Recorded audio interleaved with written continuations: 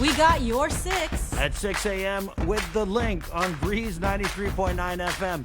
Bree and I connect you with all the latest news and information you need to know to start your day. Then check back with Guam's news leader at 6 p.m. for the day's top headlines with KUAM News Primetime. From 6 a.m. to 6 p.m. and everything else in between with KUAM Digital, we got your 6.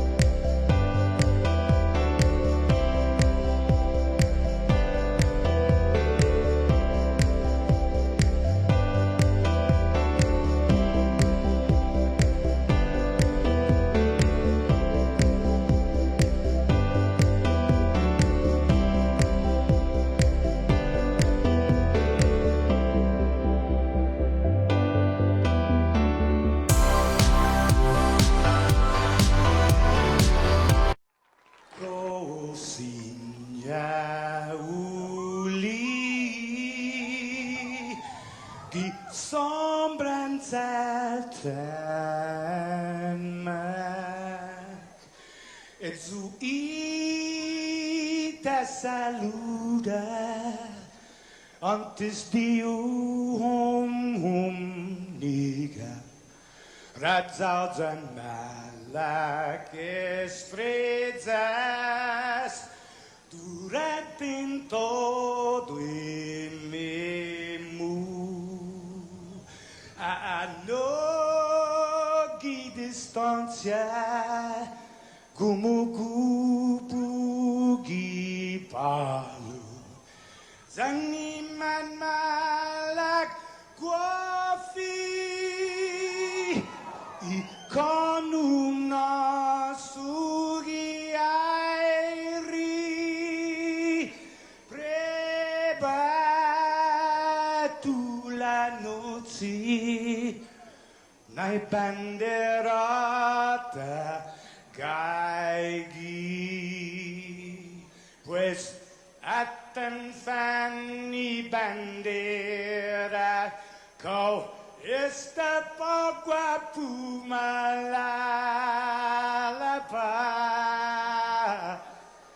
Gilo tanu man libri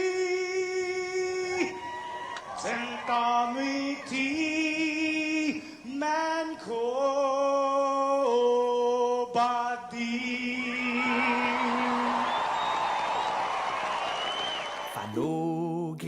Tamoru Purita nota Kantai matu nanyagi todu ilugat Parai honra Parai gloria Abibai isla sin parat Parai honra Parai gloria Abibai isla sin parat Todo y tiempo y paz para kita Dan gini langit na bendition Conchay peligro na fan sofuham Zeus protegis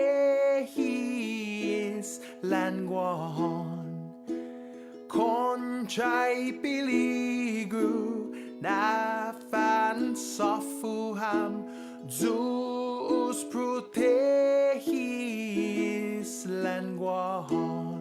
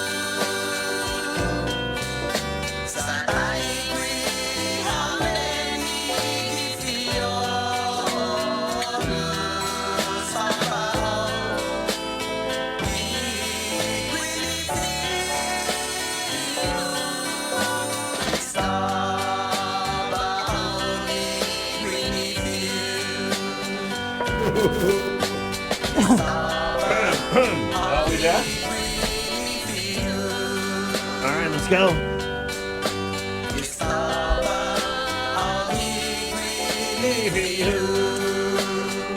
Good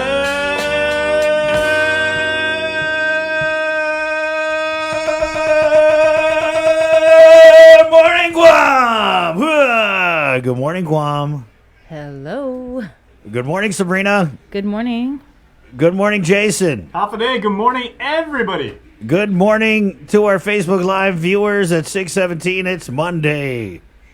Monday.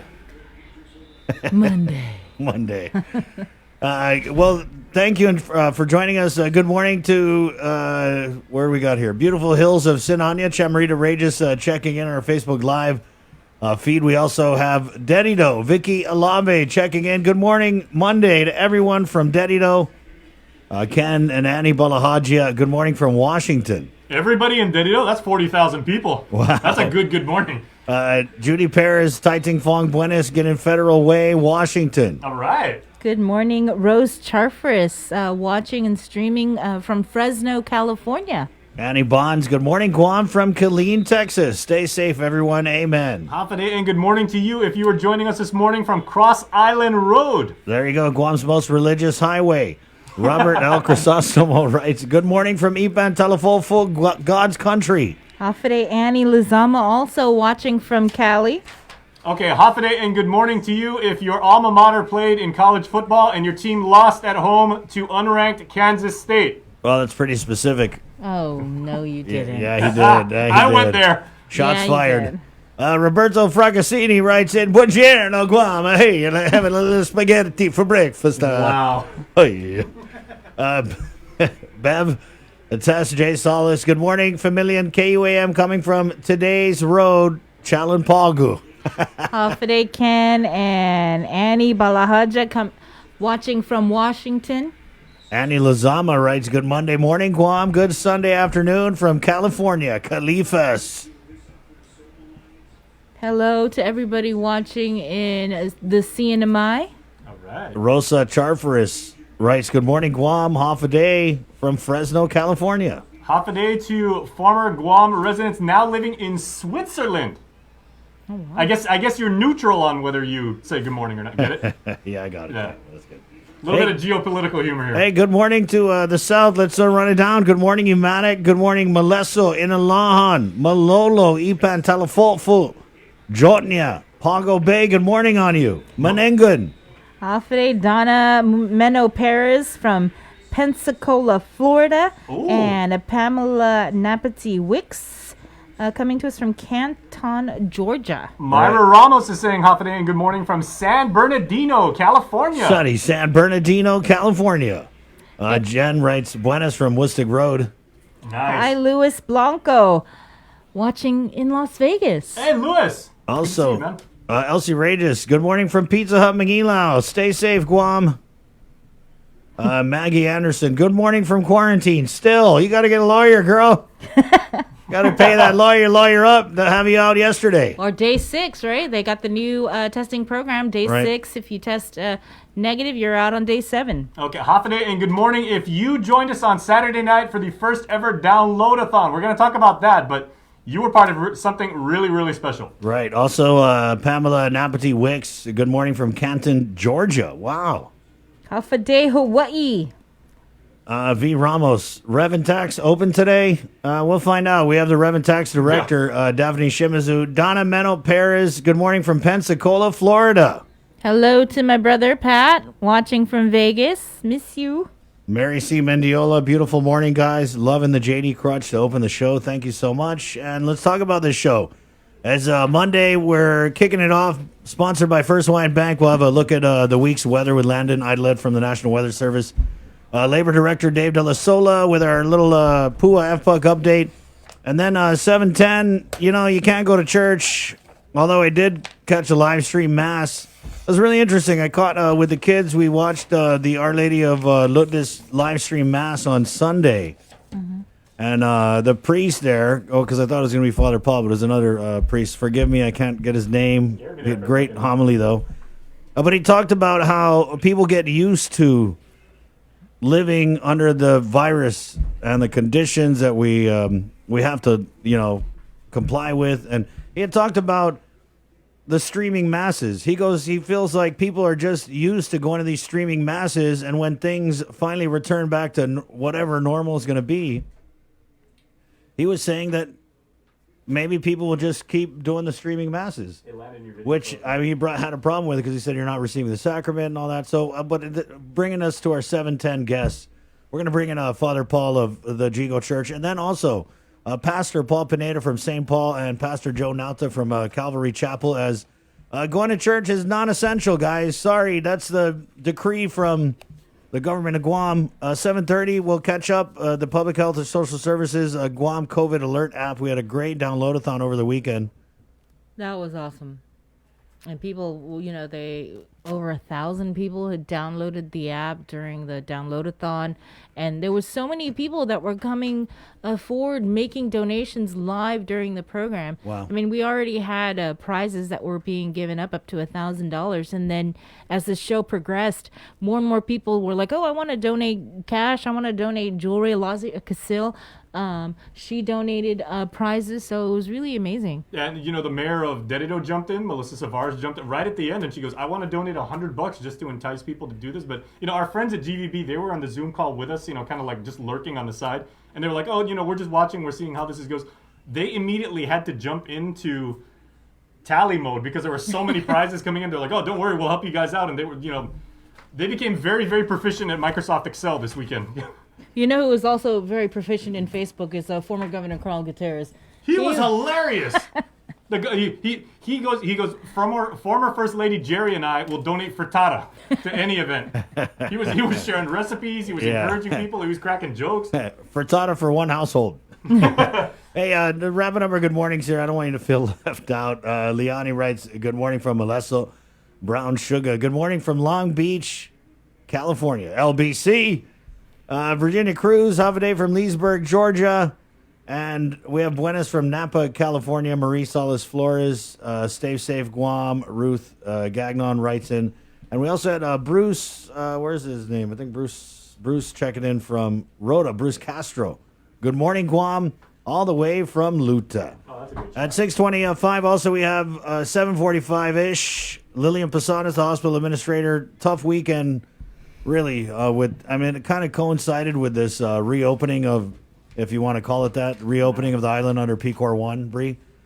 So we'll talk about that in the news. 8:15, Daphne Shimizu, Reverend Tax Director. 8:40, I'm going to go in with some small businesses. We have a great mix of businesses that are currently closed under the PCOR 1 lockdown, and some that are supposed to open and can open and will open.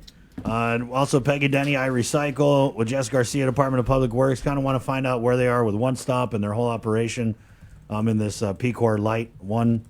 At 9:45, there's this great thing about mental health and suicide awareness. Bree, it's called Unspoken. Right. So the Breaking Wave Theater, they're doing a production today, I think at 6 or 6:30. Yeah. And so I saw it on Facebook, and I was like, oh, man, we got to get CJ Ochoco on. She's been doing such wonderful work, and I can't wait to hear what they're going to be doing this evening.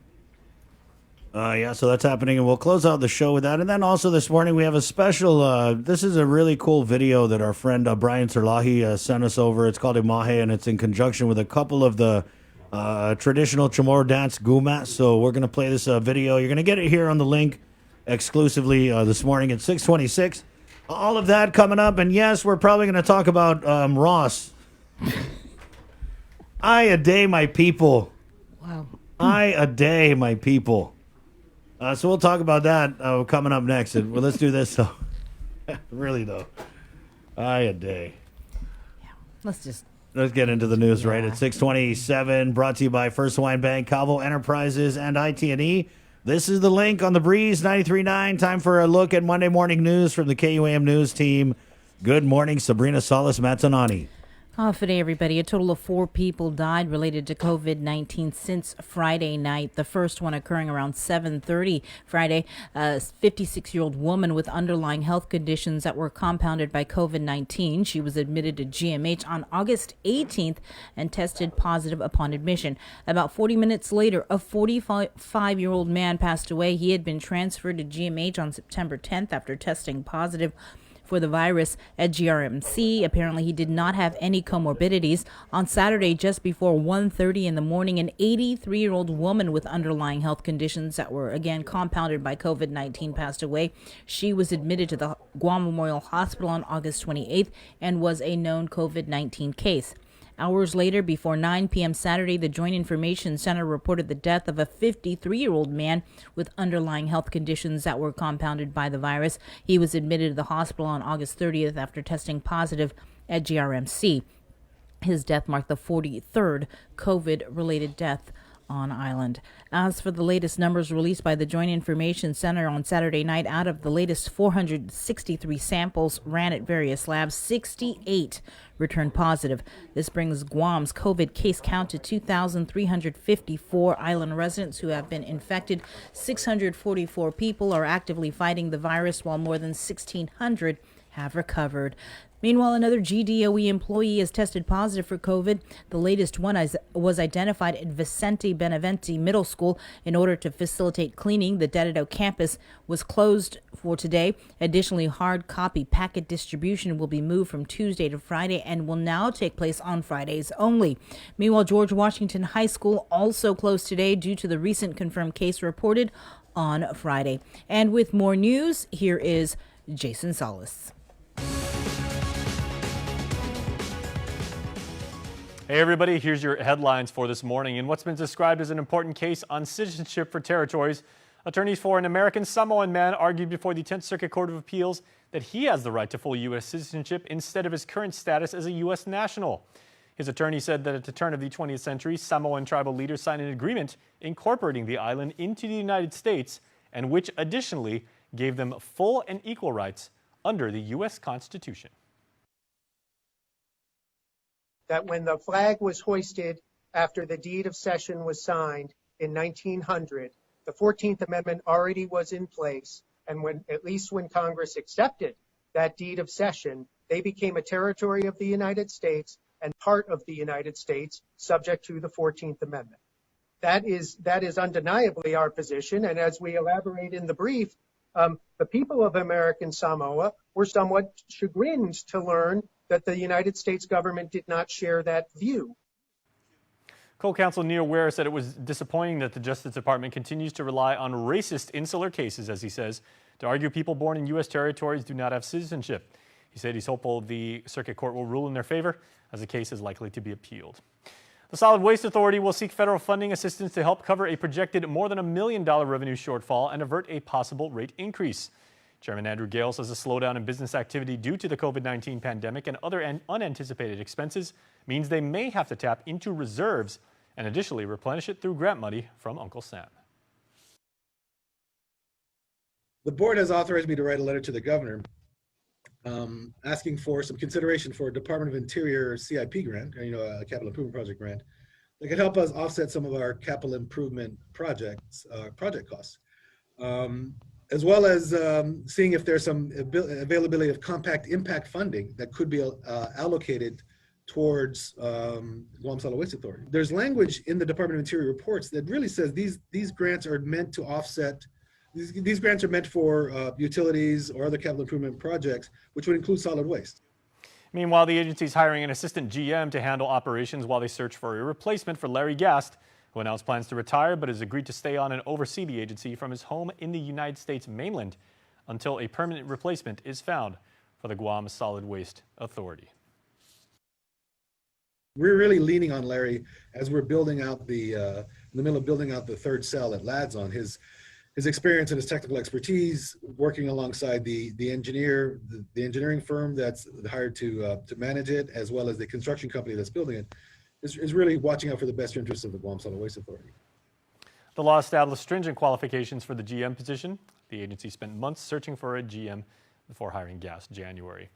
55-year-old Francisco Garrido Jr. and 31-year-old Davina Uggan were each charged with complicity to possess drugs with intent to deliver, a pair of counts of complicity to promote major prison contraband, and complicity for drug.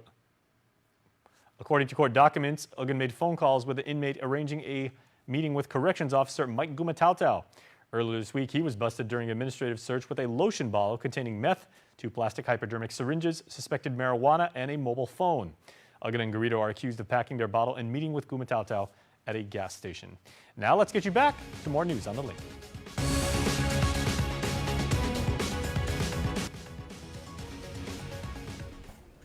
Thanks, Jace. The Department of Revenue and Taxation will be implementing the Ajuda y Mangafa, or Help for Families program, starting tomorrow. The program is intended to provide funding assistance to eligible Guam families with young adults, students, and disabled individuals over the age of 16 years old who are claimed as dependents.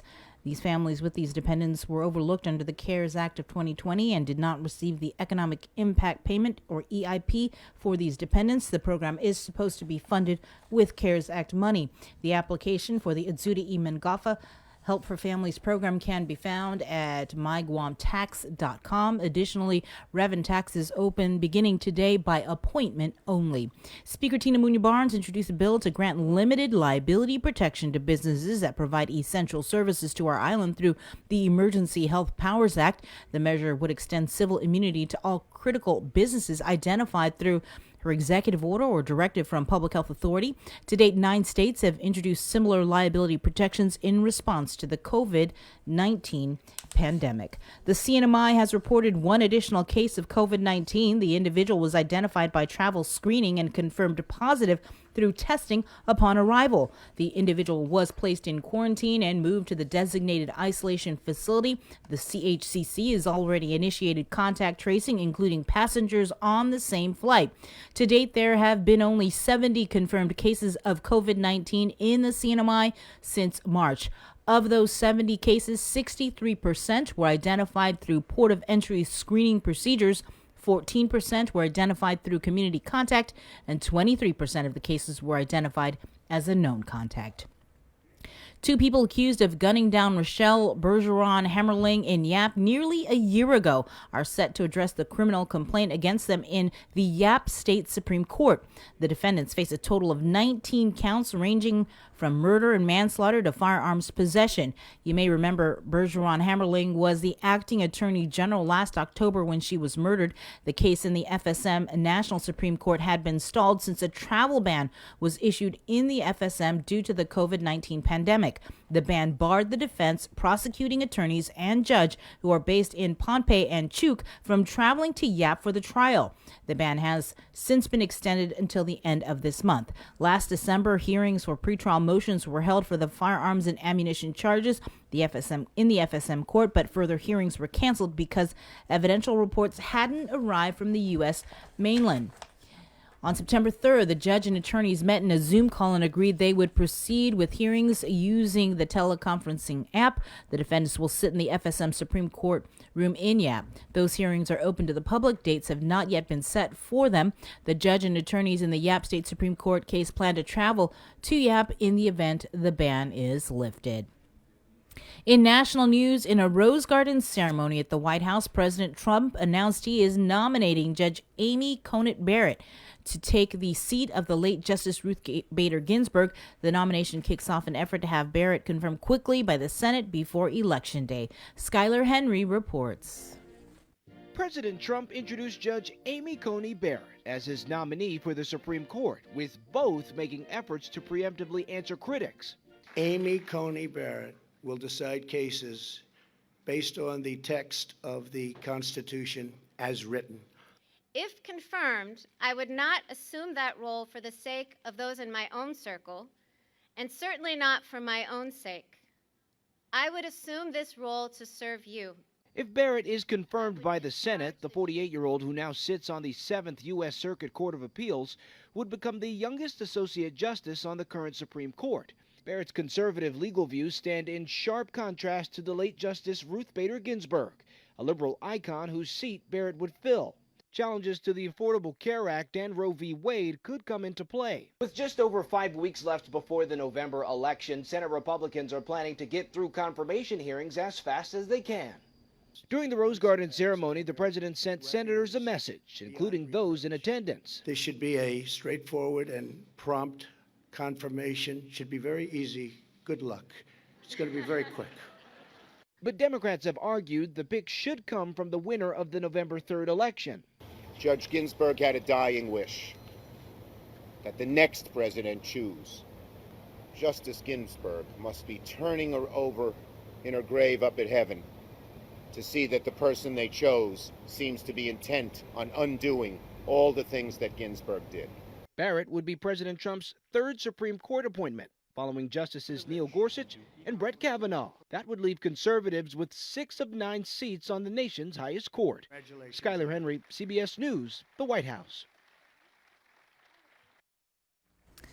The last day to do your part in completing the 2020 census is Wednesday, September 30th. The results of the census will determine federal funding for essential services such as education, infrastructure, and emergency services for the next decade. The whole process takes about 30 minutes. To respond to the 2020 census, please contact their office at 645-2020. And now we head into our Zoom room for your work week weather forecast at the National Weather Service is Landon Idolette. Good morning, Landon. Hey, good morning. How are y'all doing today? We're hanging in there. How about you? Nice, is it a mask? It's a different kind of mask. Yeah. That is good to hear. Yeah, I'm not sure if this is from Chuk or from the Marshall Islands. Chip Guard, who used to work out of this office, he gifted these items to me that he got over the years. Nice. So I am trying to fill up my wall space. But yeah, I'm still trying to set up my office since Chip Guard retired. It's been quite a journey over here over the years, and I'm going to log into my computer right quick. It's been quite a journey this year, trying to learn everything about the job and also what Chip has done over the years and how to carry his legacy forward in the region. So it's been a tremendous 2020, and I look forward to many more years to serve the islands in weather forecasting and safety and stuff. But weather-wise, it's really not a bad morning at all. You're showing those live shots out there in the parking lot at KUAM this morning. Beautiful morning. We have some towering cumulus. They're putting off some showers, but nothing too exciting at this point. And we expect much of the same to continue through the morning hours. I'm going to turn the camera around. There we go. So this is what the Doppler radar is showing. We're zooming in on Guam. We have those showers out there this morning just zipping by, but what you notice, we have a little bit of change in the weather pattern. Instead of everything coming from the east, it's all moving from the southwest. And we're going to see that pattern continue for at least much of the week as we have kind of a monsoonal type wind flow in response to a nearby tropical storm. And when I say nearby tropical storm, that's all relative to the broader region. This is Tropical Storm Kujira, and that is well to our northeast. And the good news is it's moving away from us. This is going to be our Facebook graphic that I'll be posting to the Facebook page shortly with the latest information on the tropical storm. That'll be coming out in the next 45 minutes or so. But again, Tropical Storm Kujira, that's our 15th tropical cyclone in the West Pacific this year. So we're still behind schedule as far as averages, and that's not all too bad news for us in the region. Again, no threat for us. We do have this little circulation north of Saipan. That also is no threat. We are watching that closely for any kind of development, but we expect no development for us and much quieter weather across Guam and Saipan. That could change later this week. We could see a showery pattern set up over the region. And I'm going to zoom out right quick. So we have those spotty showers. We're going to see that action through much of today. And we're going to go to the satellite. And this is what we're looking at right now. So I'm going to get rid of these lines. Those are the stream lines for the wind flow. That's our tropical storm. It's a very, it's not the most symmetric or the most aesthetic to look at as far as a tropical cyclone, but it could still get a little more organized, and it could briefly become a typhoon before it meets its ultimate demise in the North Pacific. And again, it's going to stay out to sea. The closest land area, Minami Torishima right there, not a problem for them at this point. And for us, really not that bad. There's no other suspect areas in the region. So again, no threat looking down the next week for us, other than the broader monsoon flow coming in from the west and the southwest.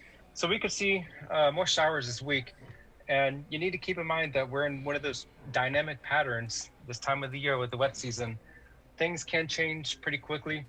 A 3-day forecast could be changed several times in the next 12 to 24 hours because things can change so rapidly here in the deep tropics. So we are looking at a generally wet pattern in the coming week. So stay tuned to local weather forecasts at our webpage, weather.gov/gum, because again, we could see some locally heavy rainfall depending on where things set up.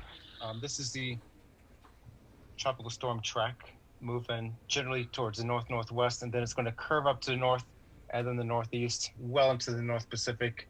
And Joint Typhoon Warning Center, they are also not looking at much else other in the region other than Kujira. And again, we're still watching that disturbance, so nothing exciting. As far as the seas, we're going to be flatlining pretty much across the region. We're hovering about 2 to 3 feet at the Ipan buoy, and then also right about 3 to 4 feet at the Retidian buoy. So we're not going to see much change. Now, seas along the west-facing reefs of the Marianas, they could increase just a little bit depending on how much the west and southwest winds pick up through the week.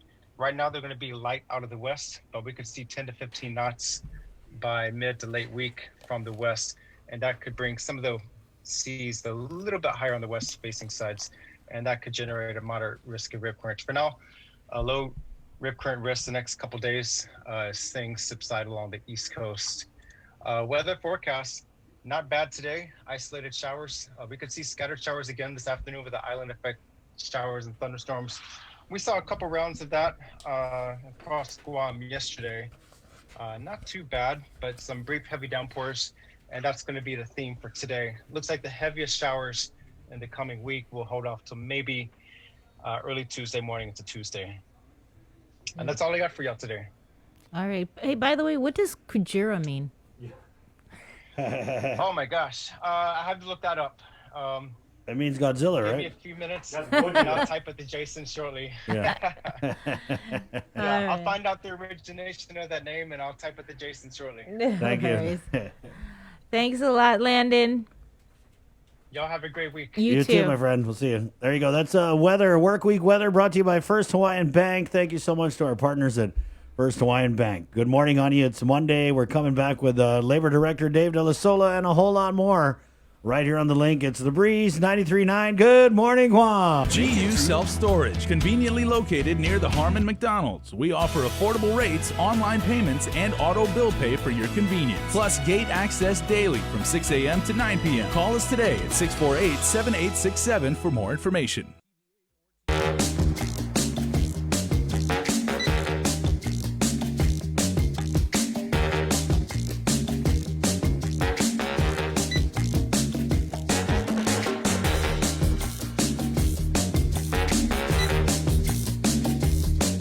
Your life moves quickly, so you need a card that keeps up with you. Tap and go with our contactless debit cards. Just open a checking account at First Hawaiian Bank. If you plan on leaving your house, don't forget your face mask. Along with hand washing and social distancing, wearing face masks can drastically reduce your risk of infection. Many people who catch COVID-19 can be contagious before they even start showing symptoms. The more people who use face masks, the less the virus can be transmitted and fewer individuals are exposed. When we both wear face masks, I protect you, you protect me, and we are both safe.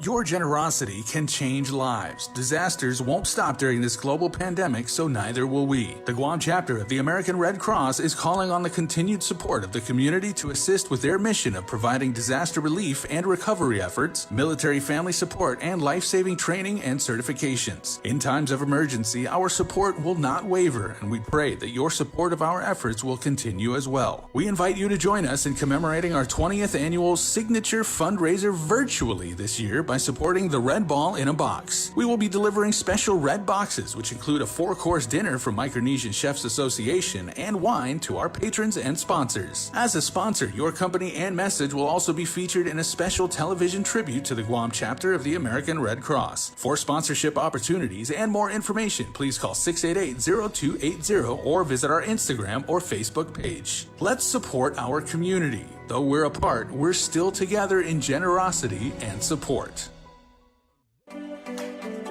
Small businesses are an important foundation in our island's growing economy. They provide essential goods and services to our community while preserving local traditions and creating new job opportunities. Your responses to the 2020 Census of Guam will help small businesses receive the information they need to thrive for years to come. Respond today. Together, we can make a difference. Our frontliners have been working tirelessly to keep us safe, and now they need your help to get our island back up and running as safely as possible. Did you know your smartphone can be one of the most powerful tools in our fight against COVID-19? That's why we're bringing you the Guam COVID Alert Exposure Notification app. This app works by letting you know if you've been exposed to someone who's positive. It's completely voluntary, and more importantly, it's completely anonymous. It does not track who you are or your location. Researchers at Oxford University have found that for every 100 to 200 downloads of the app, it can prevent 100 infections and save one life. Add your phone to the COVID fight by going to guamcovidalert.guam.gov or download it from the App Store or Google Play now. Help Guam stop COVID-19. You're watching The Link with Chris and Sabrina on TV 11, but don't leave yet because we're coming up next on CBS This Morning.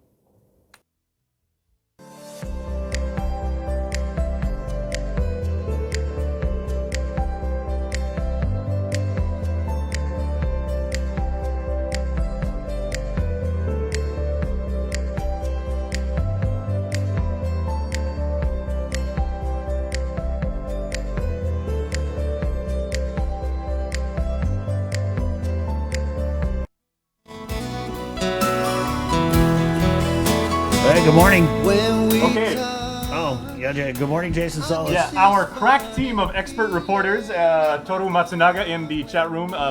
Going back to the last interview, she was the first one. Toru was the first one who jumped in and said, "Kujira means whale in Japanese," and then Landon actually Googled it. He said it means small whale. But is that kind of a contradiction in terms? Can you actually have a small whale? Maybe like a baby whale? Yeah. A baby whale is still bigger than my car. Whale. You ever seen a baby whale? A baby whale, like those National Geographic films when a whale is born? That thing, like, is massive.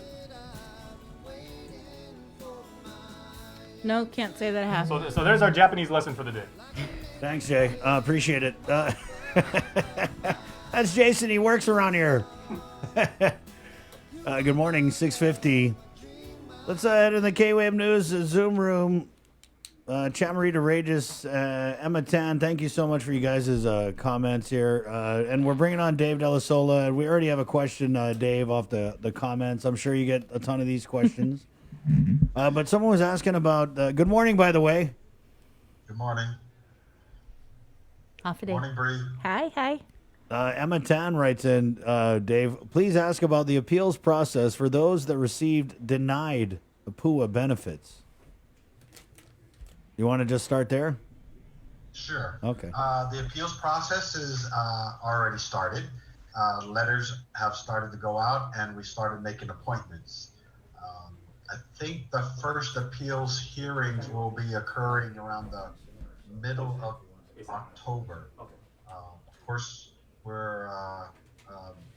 those are in person, and we did put requests that if anybody wanted a Zoom appeals hearing, that could be accommodated too, and probably could be scheduled earlier, but it's moving forward. We've already had some mock hearings where we practice with claimants, mock claimants coming in, staff, so that they know how to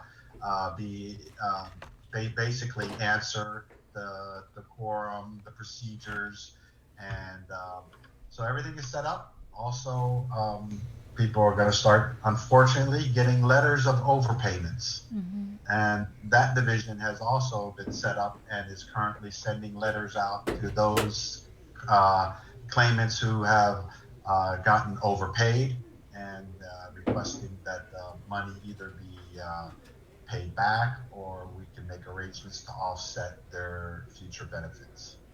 How many overpayments are we looking at? A rough estimate? I believe the overpayments were around give or take around 150, 170, if I'm not mistaken. There's a lot of numbers in my head, but somewhere around there. And, and various reasons occur. Some because of the PPP paid past wages, and they've already collected the PUA. They erroneously claimed income incorrectly, and adjustments had to be made. And of course, sometimes they were found not to be qualified for PUA, and they had to pay back the PUA monies that they received. So basically, we're following the guidelines given to us by the feds. And of course, in the overpayments, they also have the full right to appeal the amounts, and they can go in front and basically state their cases and explain why the overpayment has occurred. So these things are, I guess, the next stage of the evolution of PUA that we are getting aggressively starting to move forward with. And in terms of these appeals hearings, how many, I guess, to date have filed appeals? People. The appeals, I believe, were about 70 appeals. I'm not 100% on my numbers because they do change weekly. And as these letters are going out, more may be coming in, of course. But I believe there was 70 appeals the last time I heard, and they're scheduling about maybe anywhere from 10 to 20 a day. And we'll see how it goes. As far as the timing, as we start initially having them, we'll make adjustments accordingly. We do have a few questions from our online viewers. One of them is asking, why are the PUA payments always late? I thought that it was supposed to be paid every week. Well, the major delays, as you guys are not unfamiliar with, is because of the fraud. We have to go in and scrub each day. Currently, in the last 3 to 4 weeks, we're experiencing 90% fraud to 10% good claims. And we are experiencing, and I hate to sound like a broken record, but it's just something that we're going to have to live with. We have identity theft. We have people opening accounts without their knowledge, putting in claims without their knowledge, trying to collect the monies. We got a massive amount from the U.S. trying to come in and trying to file claims. So in that vein, I do want to tell you that tomorrow, which is typically our day that we batch, we're going to batch a new round of payments for all claims up to and including the 19th of August. So that will be batched tonight, and those payments will be going out. Also, if we put out we didn't, but in conjunction with DOA, put out a press release last Friday that the new check process has been implemented and is going out.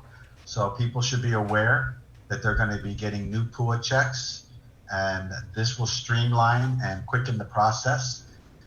In 1 week, DOA was able to get out over 5,000 checks. So this check, it took a little time to program it with our software. Comes as a file where everything is printed on one page with the stamp, the dates, the addresses, the amounts, and it's printed out. And then that printout will go into a machine, and it folds it, seals it, and it's ready to mail. And, they could do literally thousands. So that's great news for those people who are delayed with the checks. As I always stated, that the preferred method would be the direct deposit, because that goes out within days. So now that the checks will be going out much faster. So be on the lookout for those new checks. Those are the kind that you rip off on the sides and the bottoms, and they unfold. Even the banks were surprised, and I got some calls. They were making sure that these weren't fraud checks, that these new checks were something different. So that this is going to be the new norm, and this is something that we paid DOA with our PUA money, and it's something that's also going to benefit Gov Guam moving forward, because they will be able to use this method for paying checks out for Gov Guam whenever needed. And it'll be a welcome technological change that'll speed up the process. We had another question here, Dave, from Emma. She writes in, is there a payment plan to return the money, or does it have to be returned all at one time? And I guess we're talking about overpayments or... The preferred method is to pay it all at one time, but we understand that the monies may have been spent or something like that, or for other reasons. So there are ways to do a payment plan, and we'll work with the claimant. What was the in a lot of instances, they get future PUA payments, so we can always offset it from those future payments. What was the total on that batch payment going out tomorrow? I won't know that till tonight. Okay. When they actually run the batch, they get all the claims up to the time that they run it, and then they batch it. It takes like anywhere from 6 hours to 8 hours to run all those thousands of claimants, and usually in the morning, late morning, I'll get a printout that says so much for checks, so much for direct deposits, and so much for tax. Under this new P-Corps, are you guys open? What's the status of operations for DLL? That's a good question. So with this new P-Corps starting this week, we are reestablishing and getting ready to open up the libraries, and our hopes is to get that libraries open by next week. So we're trying to get all the numbers. I'll be giving you the numbers again and getting the personnel and the infrastructure in place in each of the libraries. So we're using this week to get back out there and get it established. We're going to be initially just doing appointments only, you can understand. And hopefully down the road, like we were before this P-Corps, we were able just to see anybody who wanted to have a problem with their claims to go ahead and come in and take care of it right then and there. Like I said, we were in the downslope of the claims and the problems until this new P-Corps hit. So I'm sure we have a big uptick on people that are having problems remembering how to file the weekly claims and things like that. So by appointment only, we will give you the numbers, what to call probably today, and you can call in and make your appointments, and we'll slowly get ramped up effective next week. Okay, we'll certainly get that information out once you guys send it over. Any final comments that you need to get out to our listeners and viewers? The comment that last week we put out a pressure on money mules and financials. I can't stress enough to the public to look at your bank accounts, look at your activities. Make sure there's nothing fishy or wrong. Letters that you might have gotten or anything that might indicate that you had identity theft, or somebody opened up an account or is depositing money or doing something with your existing accounts, or possibly opened up a different account for you. This is happening here on Guam, not in huge numbers, but you'd be surprised. We call people up and they have no idea that they've put in a PUA claim, and somebody's basically gotten everything that they had, all the way from their bank accounts to their addresses to the phone numbers to everything, and try to use their identity to file a claim. So be cognizant of your financial situation. When you get those statements, make sure you open them up and look at them. Talk to your bank and see if anything is been opened or anything that recent activities that may be not something that you did. All right. Thanks a lot, Dave, for always coming on the show and keeping everybody informed. I appreciate you guys having me on weekly. All right. Thank you, Dave. You guys be safe. Enjoy You your be safe, coffee. too. What kind of coffee are you drinking this morning, Dave? Looks good. Oh, my normal cappuccino. Oh, Dave. Fancy. Yeah, no, Bree got us fancy. What is this, Bree? It's a Columbia Finance medium Starbucks. roast. It's Starbucks now? Oh, yeah. Yeah. Fancy coffee in an old school coffee machine, but it works. Hey, what are you talking about? 7:03. Thanks, Dave. Thanks, Dave. Thank you, guys. You All guys take care, and thank you for having me. Of course. There you go. We know we did put out in the ask to the FBI to come back on the show. Right I on. know our first show we had was Dave Anderson. Mr. Special Agent David Anderson. We ran our request to the federales of the flagpole. Hopefully they'll holler back. Yeah. Well, actually, we did get a response. Oh. He's on leave right now, so as soon as he gets back on, we're gonna try and. Kind of disappointed about him being on leave, huh, ladies? Easy there, Bree. Whoa. Hey, last time that guy came on, everyone around here was like, "Who was that FBI agent with it?" He was on the first show too. Yeah, okay. So yeah, he kind of was the one who told us about the money mules and how they were working with the Yeah. Department of Labor. Yeah, So I bet they were even like they probably told Bree like, "Oh, we could get someone else to come on." She's like, "No, we want Mr. Anderson." very funny. Yeah, okay. You're blushing over there. It's 7:03. Take a short break. See what I gotta deal with? I'm Oh sorry. my gosh. I gotta come extra hard on Monday. I was laughing at this comment here. Look at this comment on our Facebook live feed.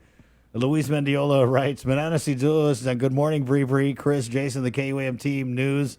May you all start a day with a cup of hot black coffee, no sugar, corn soup, long rice soup, an aris caldo and empanada, kelaguen monog and tatijas, etc. Ooh, that all sounds good. Yeah, and I put all of that, girl. You're trying to get... You're gonna wake up great. You're gonna be asleep by like 8 o'clock. Right. That's going to undo the coffee. 7:05. We're going to take a short break and we're going to come back. And we're going to church, you filthy sinners. Sorry. You filthy sinners. Was that a little much? Whoa. I went to church this weekend. I'm good. I mean, I went to church in the only way that the government of Guam will let me go to church. And that was via live stream, which I just can't. I mean, so hundreds of people can line up. What is it I saw on Facebook? Belly buttons to buttholes at Ross. But we can't go to church. It's ridiculous, dude. It's ridiculous. And so we're going to church. Fill you up with faith. We are, yeah. We've got a whole a panel here. Did we get Pastor Paul? I saw him. Okay, good. Yeah, so we got Father Paul, of course, my favorite from Our Lady of Lourdes, and we're getting Pastor Paul Pineda of St. Paul and Pastor Joe Nauta of Calvary Chapel. What do they all have in common? Different faiths, the same struggle, bringing God into what is seeming like, at least from the government of Guam's side, like a godless time. That's coming up next here on The Link. It's The Breeze, 93.9. Good morning.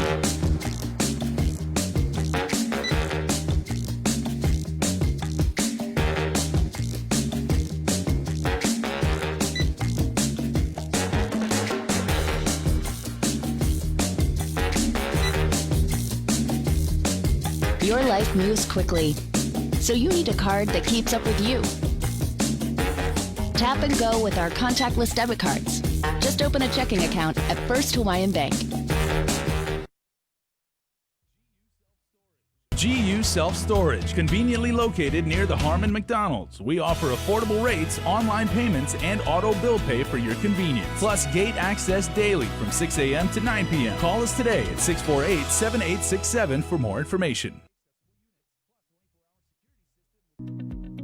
We have the power to improve the schools our kids learn in, the roads we drive on, the healthcare we receive, and the opportunities for more jobs. By responding to the 2020 census of Guam, we can uplift future generations by providing them with the resources they need to grow as a community. Together, we can make a difference. Respond today.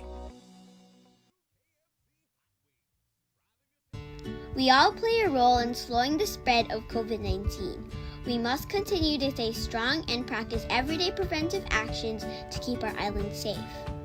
Maintain a distance of 6 feet between yourself and others. Wear cloth face coverings in public settings.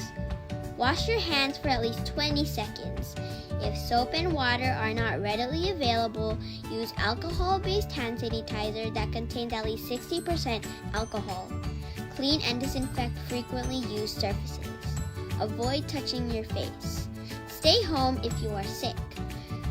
Help reduce the spread of COVID-19 by downloading the Guam COVID Alert app on the App Store or Google Play. Let's protect ourselves, our loved ones, and our communities. Prevention saves lives. For more information, please contact 311 or visit our website at dphss.guam.gov.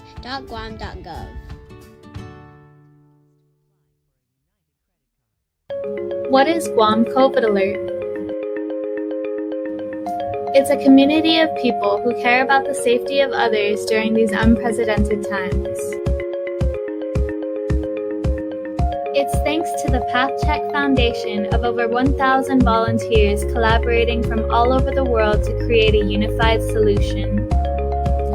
It's Apple and Google partnering up to develop a Privacy by Design app that uses randomized Bluetooth keys instead of identifying information to send notifications of exposures to others.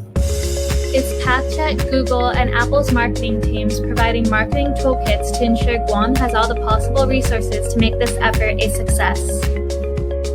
It's the Governor's Office, Public Health, and the Office of Technology uniting with all these experts to find a solution to help slow the spread of COVID-19 on Guam. It's all of these things coming together for one simple thing: to protect our neighbors, brothers, sisters, and all the people of Guam, especially during these times of uncertainty. Help Guam stop COVID. Add your phone to the COVID fight. For more information, visit guamcovidalert.guam.gov.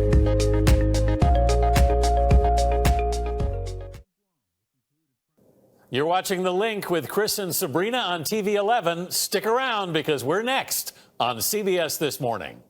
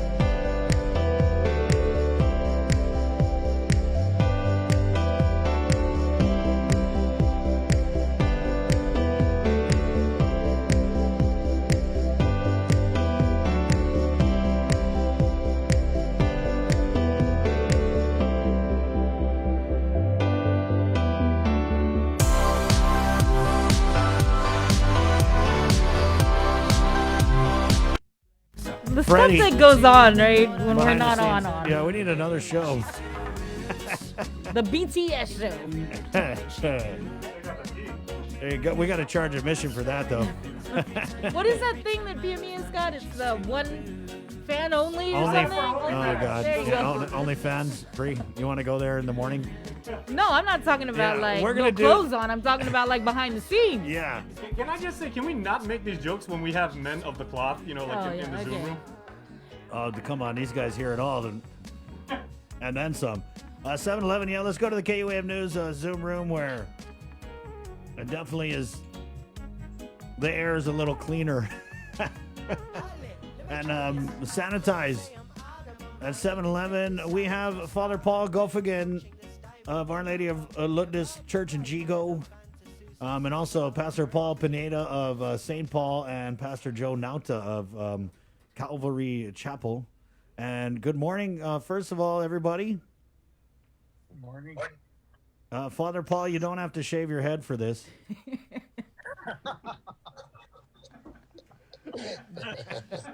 I mean, I want to go shave my head now just to fit in. We wanted to start on a light note, really, because I feel like we're living in these troubled times, obviously, right? And this has been a conversation that has started at the beginning of this pandemic and hasn't really stopped. And we've seen, in my opinion, we've seen government leaders really cave to pressures from the public, pressures from the business community, just different pressures. And so we talk about this PCOR 1 lockdown, if you will, and now we're sitting in a version of PCOR 1 that's been designed, again, in my opinion, to make everybody happy. Right? So now you can go to Ross, and God, we hate to keep using the Ross excuse, but I mean, I'm sure you'll see it out there at any other business that's open. And we saw hundreds of people lined up. People are just going around they're getting tattoos. They're getting tattoos. You can get a tattoo. You can go to the mall. Yeah. You can go to the mall. You can get your dog a mohawk. You could take your dog to the dog groomer and get a mohawk. You can get your hair did. You can get your hair did. You can get your nails did. So you can do about 10 pages of approved activities. That's how long the guidance was from the Department of Public Health and Social Services. But one thing you can't do, you can't go to church, at least in the way that we're all used to going to church, whether it's St. Paul or, Calvary or the Catholic Church. So we'll just start there, and we'll start you with Pastor Joe. I mean, obviously, I think we can kind of figure out how you feel about it, but just officially for the record, does it make any sense to you? No, it doesn't make any sense. Yeah, I mean, it just seems very obvious. You were calling it out. Before I even called it out, it just doesn't seem to make sense. All these other things are open and are, I guess you can say, deemed essential.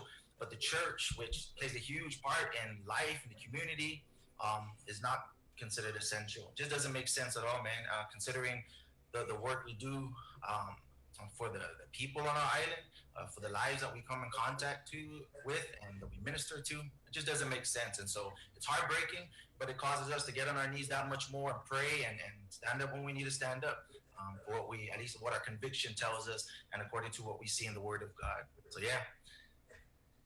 Pastor Paul? Well, I think I have to agree with Pastor Joe as well.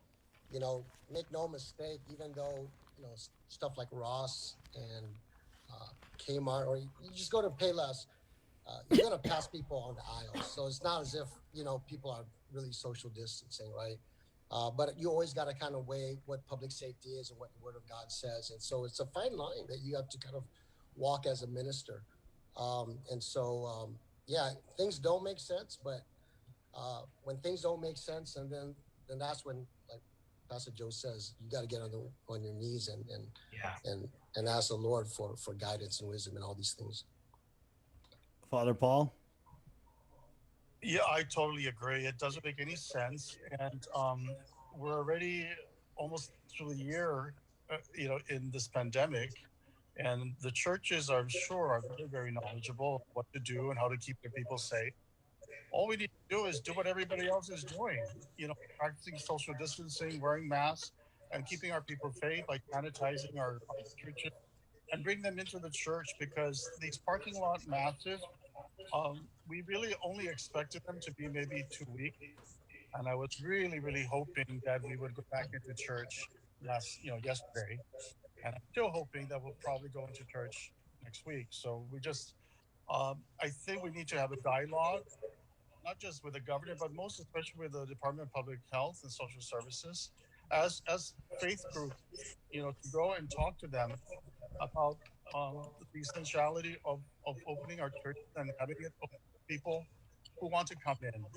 We are already serving people who don't want to come in by having live stream masses, by having parking lot masses, but then there are that population that really want to come into the church because they really feel the presence of God inside the church, and there's more reverence in there.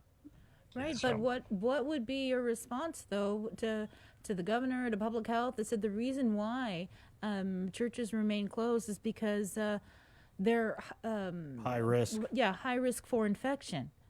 And high risk I for would say, exposure. I would tell the governor, prove it. What I don't understand why a tattoo parlor is not going to be is a lesser risk than a church. Tattoo parlors have to touch each other. In churches, I'm talking about the Catholic Church especially. We don't have a lot of movement.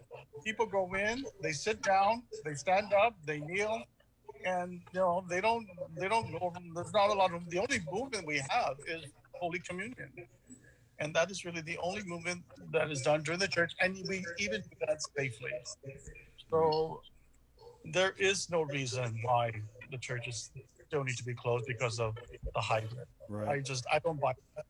Yeah, and let's talk. Let's expand on kind of what you said there, Father Paul, with Pastor Joe. Father Paul echoing sentiments that even I thought that for sure when we started to hear that they were going to loosen some restrictions, and then when we started to hear the types of restrictions that were going to be loosened, I thought automatically, they're definitely going to allow people back into church this weekend.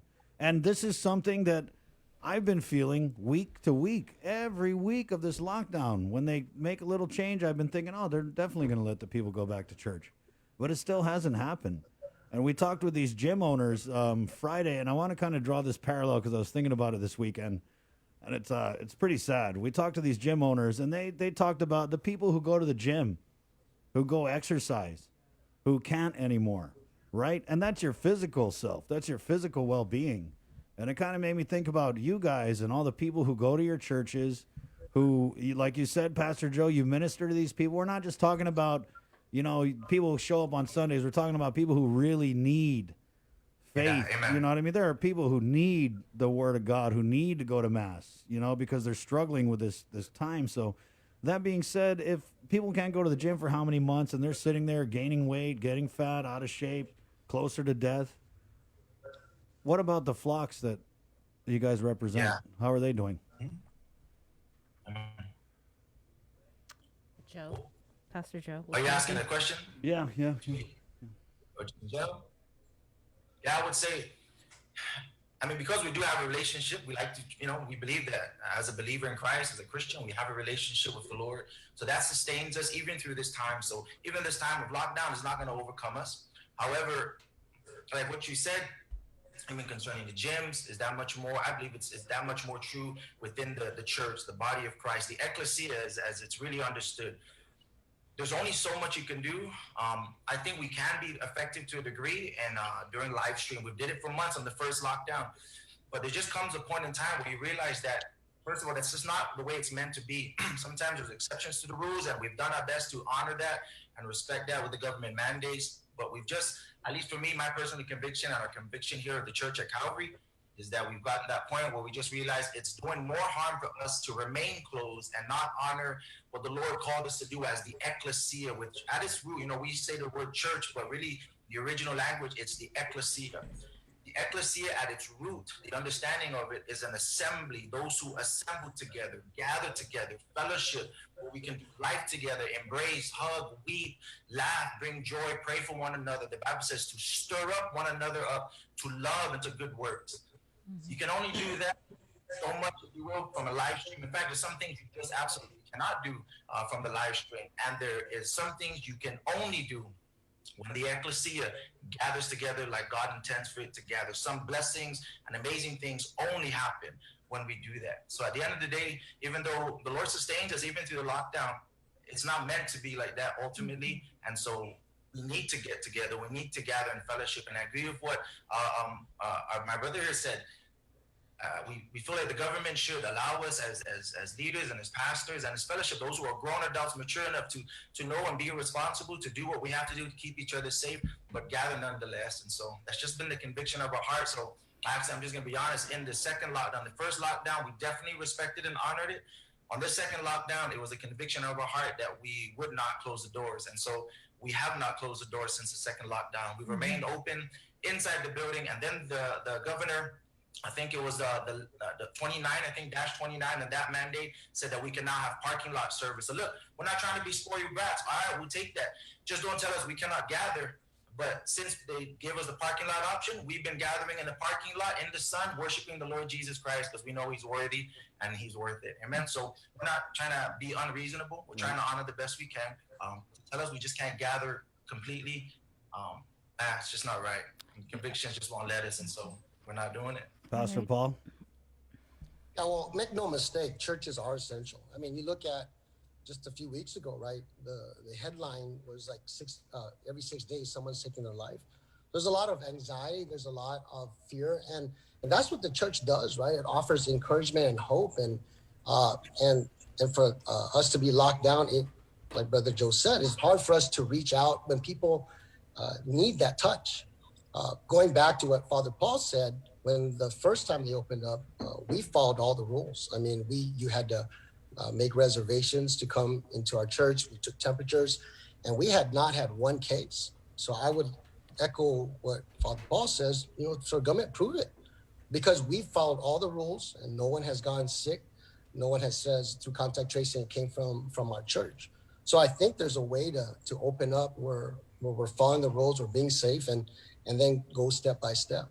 The Constitution does not cease to be Constitution just because of the pandemic, right? We're afforded that right. But we also have wisdom from God. And so we've got to kind of balance those things. And I think we have done that when the first time we've opened. And like you, Chris, I'm waiting every week thinking, this is the week we're going to be able to open. Because we've proven that we can do it safely, right? And so that's where we're at. We had a comment here, and maybe you guys can kind of sort through this. Chamarita writes in, maybe it's because it started back in March with a Iglesia na Cristo. Sad public health is giving the governor and listening, and she's listening and taking that ridiculous advice. So when you talk about prove it to the government, right? What if they say, oh, well, Iglesia na Cristo, and they quit naming churches, but what if they hold that example up? We'll go ahead and start with you, Father Paul. Well, that was in March. We never said that we didn't have to do it in March. That was when everything was just new. Right. Now we are very, very aware of how this virus operates, and we can take the steps and buy whatever equipment we need to buy, sanitize our churches, and also the people. Talk to the people are cooperative, and especially today with all these COVID deaths coming up. A funeral for mass for the dead that is being very limited. We need to remember that the mass for the dead is not for the dead. It's also to console the living. And how are we going to console those survivors if we can't even have a mass for the dead for the family? And we had a meeting last week because we were discussing Monsignor David's funeral.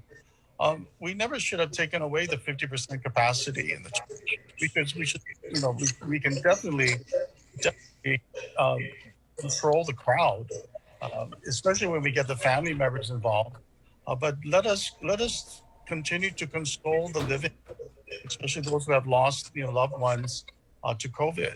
And this is the time when it really breaks my heart that we cannot have a celebration of a mass for the dead, especially to console the living. And I think the government needs to understand. It's very essential, especially now, right, when we have all these deaths coming up. And using the excuse that we're high risk is just not a good one, and I'm not buying it. I wanted to follow up on every time we broadcast the mask and we have issues, if there's a problem, I always get the messages like, there's something wrong. You need to put this back on TV, and there's something wrong with the stream. So I know that the flock and the faithful, they really want their masses.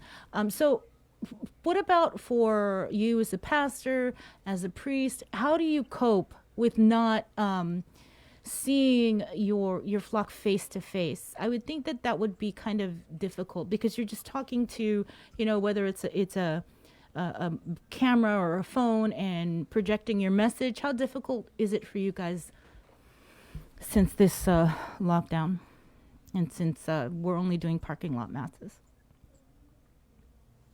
Pastor Joe?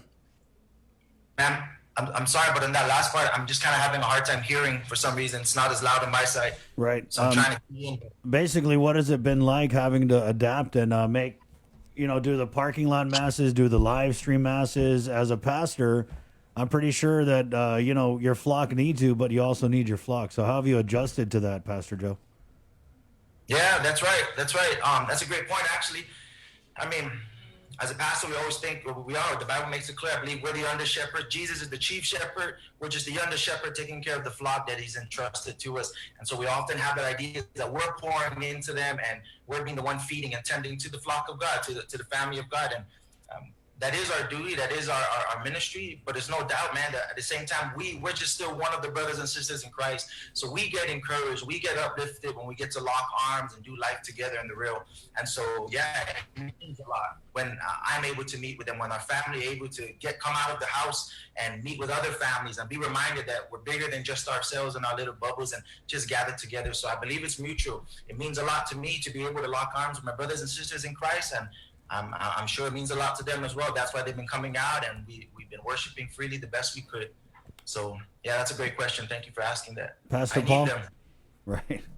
Well, yeah, I mean, of course it's difficult, but, we're adjusting as well.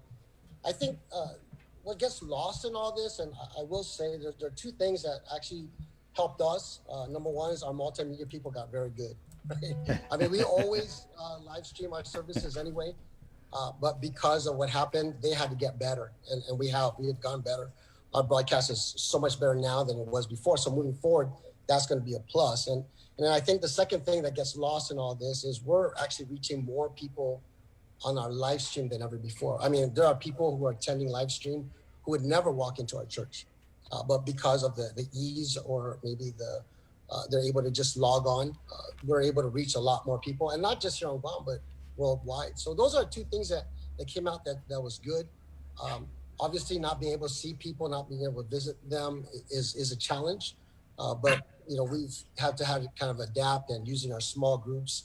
And I think during this time, multimedia plays a big role.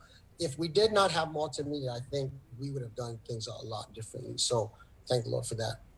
Father Paul, and I was saying how I caught the Mass at Our Lady of Lourdes yesterday, and Father Danny had brought up an interesting point about how people get used to things, especially in this pandemic. And one of the points he brought up was he was worried that people are used to just going to the live stream Mass, right? And that this is just going to become the new normal. And I get it because we're Sunday morning, I had the stream on. I had the young guns in the house, sit on the couch. We're going to, have the Mass playing, but it's not the same thing as sitting in the pew and interacting. I got, the kids are like, oh, they don't see Polly, they don't see other people, and it's like playtime almost, right? So how concerning is it for you that people have become used to going to the house of God, whether it's at Calvary or St. Paul, without really going to the house of God? And is it troubling to you that this could be the new norm?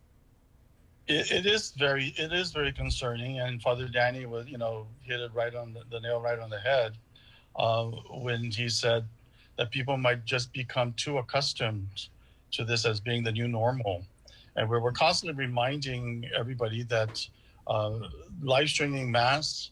The problem with live streaming a Mass is you're not receiving the sacrament. You're going to Mass, and yes, Sunday dispensation is still in effect, but once all this is all over, the Sunday obligation goes right back into a play.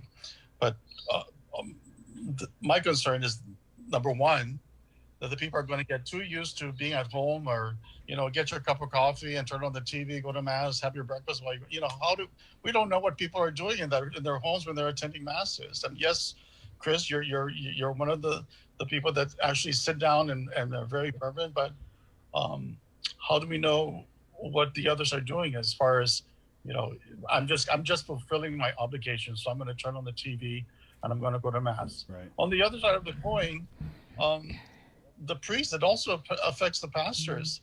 How accustomed are the pastors going to be in just deciding on what time they're going to live stream their Masses, or when they're going to live stream it, or even if they want to live stream it. They kind of pick and choose when they live stream. And for those who don't live stream, how much more can they take as far as celebrating Mass by themselves and not being in there with the people, with their flock, because not every parish live streams. So that's a real big concern. We're not sure at this point how much longer we're going to be under PCOR 1. We didn't get, before it was week to week, and we didn't get clarity on how long this latest declaration is going to be in effect. But I just wanted to ask in your closing comments,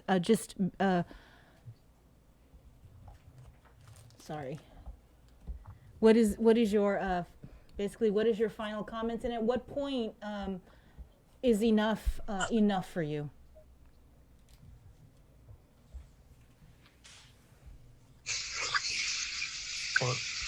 Go ahead, Pastor Joe. I'll just go ahead and answer real quickly then. Yeah, one of the things we've been praying for from the very beginning, even since the first lockdown, was discernment. Discernment. Lord, give us wisdom. When is enough? What is right? What is honor? The Bible does make it clear that we are to honor our government, the authorities over the land. The Bible makes that crystal clear. So we want to do that to the best of our abilities. But the Bible does also say that there may be a time for civil disobedience, just depending on what the situation is. So we just have to match it with the Word of God. And when we see clearly that this is something that is truly taking away from God's ordained plan, and it's really hurting the body of Christ and hurting the island as well, because we're not just thinking of ourselves, but how we minister and reach out and love the people around our island. We love this island too, man, just like everybody does. And so I'm just saying, at that point, I don't know what's going to be. At that point, then, we do something different. As of right now, though, we're able to meet in the parking lot. We're going to keep our meeting in the parking lot to meet halfway, if you will. And, we're not crying out and complaining in that sense, but hopefully soon we'll be back inside. Yeah, it kind of just reminds me of when you talk about the persecution, right? I mean, I was thinking this weekend, like, how do we end up in this place where the churches, I feel, are just being persecuted by the government? It's crazy. It's like some stuff you read about in the Bible. I mean, it is exactly like what you read about in the Bible. Yeah, man. Yeah, true. Pastor Paul? And, it's a slippery slope, right? This could be pandemic now. Who knows what else is going to happen down the road? So we have to be able to protect our religious freedoms and liberties, and that's what my biggest concern is always that anything then can be used going forward, as this sets a precedent on when they can shut down churches, and so that's always my concern. Like Pastor Joe, we're always praying for God's discernment. We're hoping that they open next week. We're hoping every week, just like you, Chris, that they would open, because I think we can do it safely. Like Father Paul said, now that we've gone through this, we're learning how to live with it and learning how to adjust. So give us an opportunity to prove that we can do this safely. But without giving us that opportunity, how will we ever know? Right. This virus is going to stay with us for a while. So we've got to learn how to adjust and live with it. And I think for the most part, Pastor Joe and Father Paul, I think we've been able to adjust and to do it safely. So, for the government, they need to give us a chance. Father Paul? I hope and pray that we will be opening next Sunday. But I also am very happy that the Department of Public Health and Social Services has, I think, been dialoguing with the Catholic Church, and I really hope that they get all of us on board and dialogue, come to the table and dialogue with them, so that we can convince them that we are doing our part in trying to keep everybody safe. And there is really no reason why they can the churches need to be closed. They need to be open now. And let's just pray with Pastor Paul and Pastor Joe that let's continue to pray that they will allow us to open our churches this week. Right. Okay. I don't want to wait. Be specific, right? This week, Lord. Yeah. This week. Yeah. We're going to ask you to give a closing message to the Gov, but I think we've said a lot, and I know that they listen. So, did you want to give a message out to the Gov? Let's just go for it then. Pastor Joe, what would your message be to Governor Lulian Guerrero? To Governor Lulian Guerrero, the Bible tells us to pray for our leaders, those in supreme authority. So we just want you to know that we love you. We don't count you an enemy at all. We love you. We've actually been praying for you. Even when you and Lieutenant Governor were sick, just know that every Tuesday here at Cabo, we actually met in the outside and we actually had a prayer meeting, and we always made sure to include your healing, your safety, your leadership. So just know that we love you. We're not your enemy, and we don't count you as an enemy of ours, but we're asking for you to open up the churches, see the value of the church here on the island of Guam. We should be in this together. And so we only have, as the Bible says, the good news of Jesus Christ to give to the people.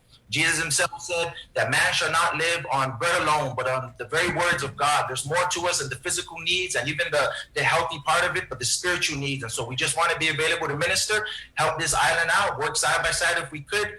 And so just know that we're praying for this island and we're praying for the leadership of this island. Thank you, Pastor Joe. Pastor Paul, closing words. I don't think I can add any more to Pastor Joe. I think he said it exactly perfect, and so we stand with him as well. Father Paul. I'd like to say to the governor and the lieutenant governor the same thing that Pastor Joe and Pastor Paul said. We continue to pray for their leadership. We continue to pray that the Holy Spirit, that they open hearts to the Holy Spirit and continue to have the Holy Spirit guide them in making right and just decisions, but also to know that we do continue to look up to them as our leaders, and as a leader, they need to take care of everyone in a very fair and just way. Amen. Amen. Thank you so much, Pastor Joe. Good to have you here. Pastor Paul, thank you so much. Father Paul, thank you. Thank you, guys. And Thank you. We'll be praying right along with you guys. Okay. There you go. All right, thanks. Wash your hands. 7:38. We got to take a short break, and we're coming back. Jason Salas is going to take over the ship for a bit and recap our great downloadathon we had with the Department of Public Health and Social Services, the Guam COVID Alert app. It was a great show Saturday, and we'll come back and unpack it all right here on The Link. It's The Breeze, 93.9. Good morning. Learn more about...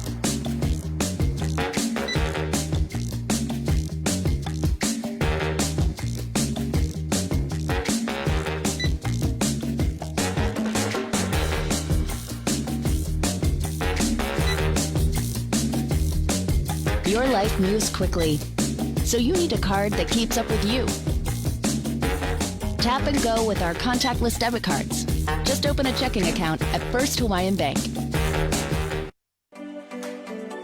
Small businesses are an important foundation in our island's growing economy. They provide essential goods and services to our community while preserving local traditions and creating new job opportunities. Your responses to the 2020 Census of Guam will help small businesses receive the information they need to thrive for years to come. Respond today. Together, we can make a difference. GU Self-Storage, conveniently located near the Harmon McDonald's. We offer affordable rates, online payments, and auto bill pay for your convenience. Plus gate access daily from 6 a.m. to 9 p.m. Call us today at 648-7867 for more information.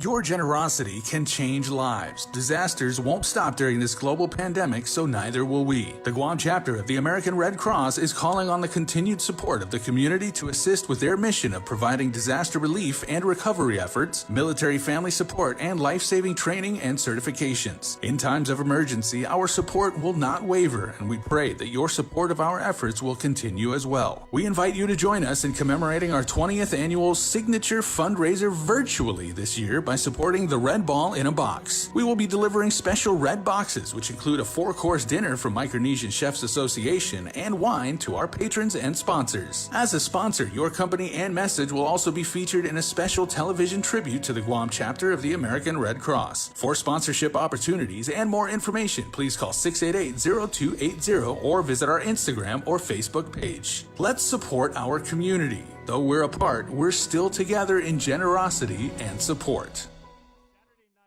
Historic moment for our island community, and I got to tell you, as a very proud Guamanian, someone who was born and raised here, spent the majority of my life on Guam, there have been fewer moments where I have been more proud to be from this amazing community, because we had the first ever downloadathon. I've got my friends right now, and we are going to recap and maybe give you a behind-the-scenes look at what you didn't see and the absolute controlled chaos that was putting the show together. We got Josh Tikenko and Russ Acampo from the Guam Visitors Bureau, and then from the Department of Public Health, our good friend Janella Carrera. Good morning, guys.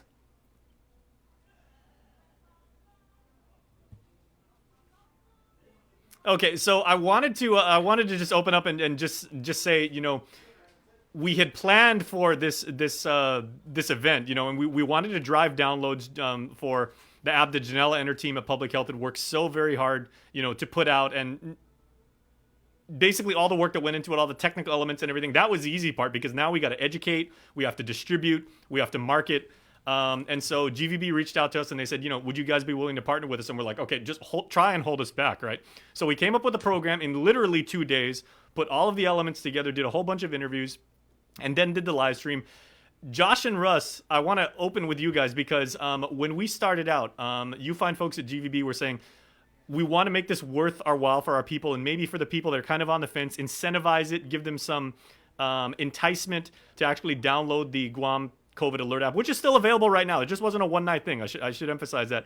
And then very quickly, we saw Guamanians from all walks of life, businesses, people that completely wanted to remain anonymous. They were saying, I want to donate cash. I want to donate jewelry like Lacia Casil did. I want to donate, something to help the cause. And Josh, you and your team who are kind of like lurking in Zoom and just the background, keeping an eye on things, you guys really, really quickly became accountants of the prize. So describe what that experience was like from your side of the Zoom call.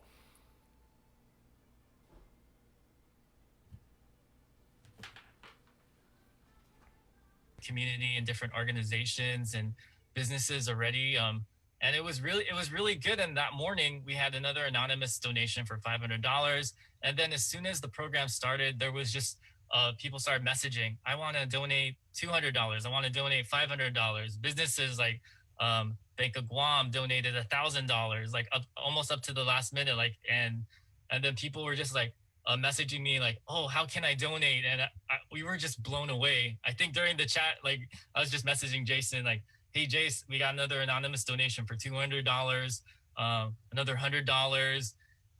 And it was blowing up. It was really nice to see everyone come together and what this should be, a community initiative that brings us all together.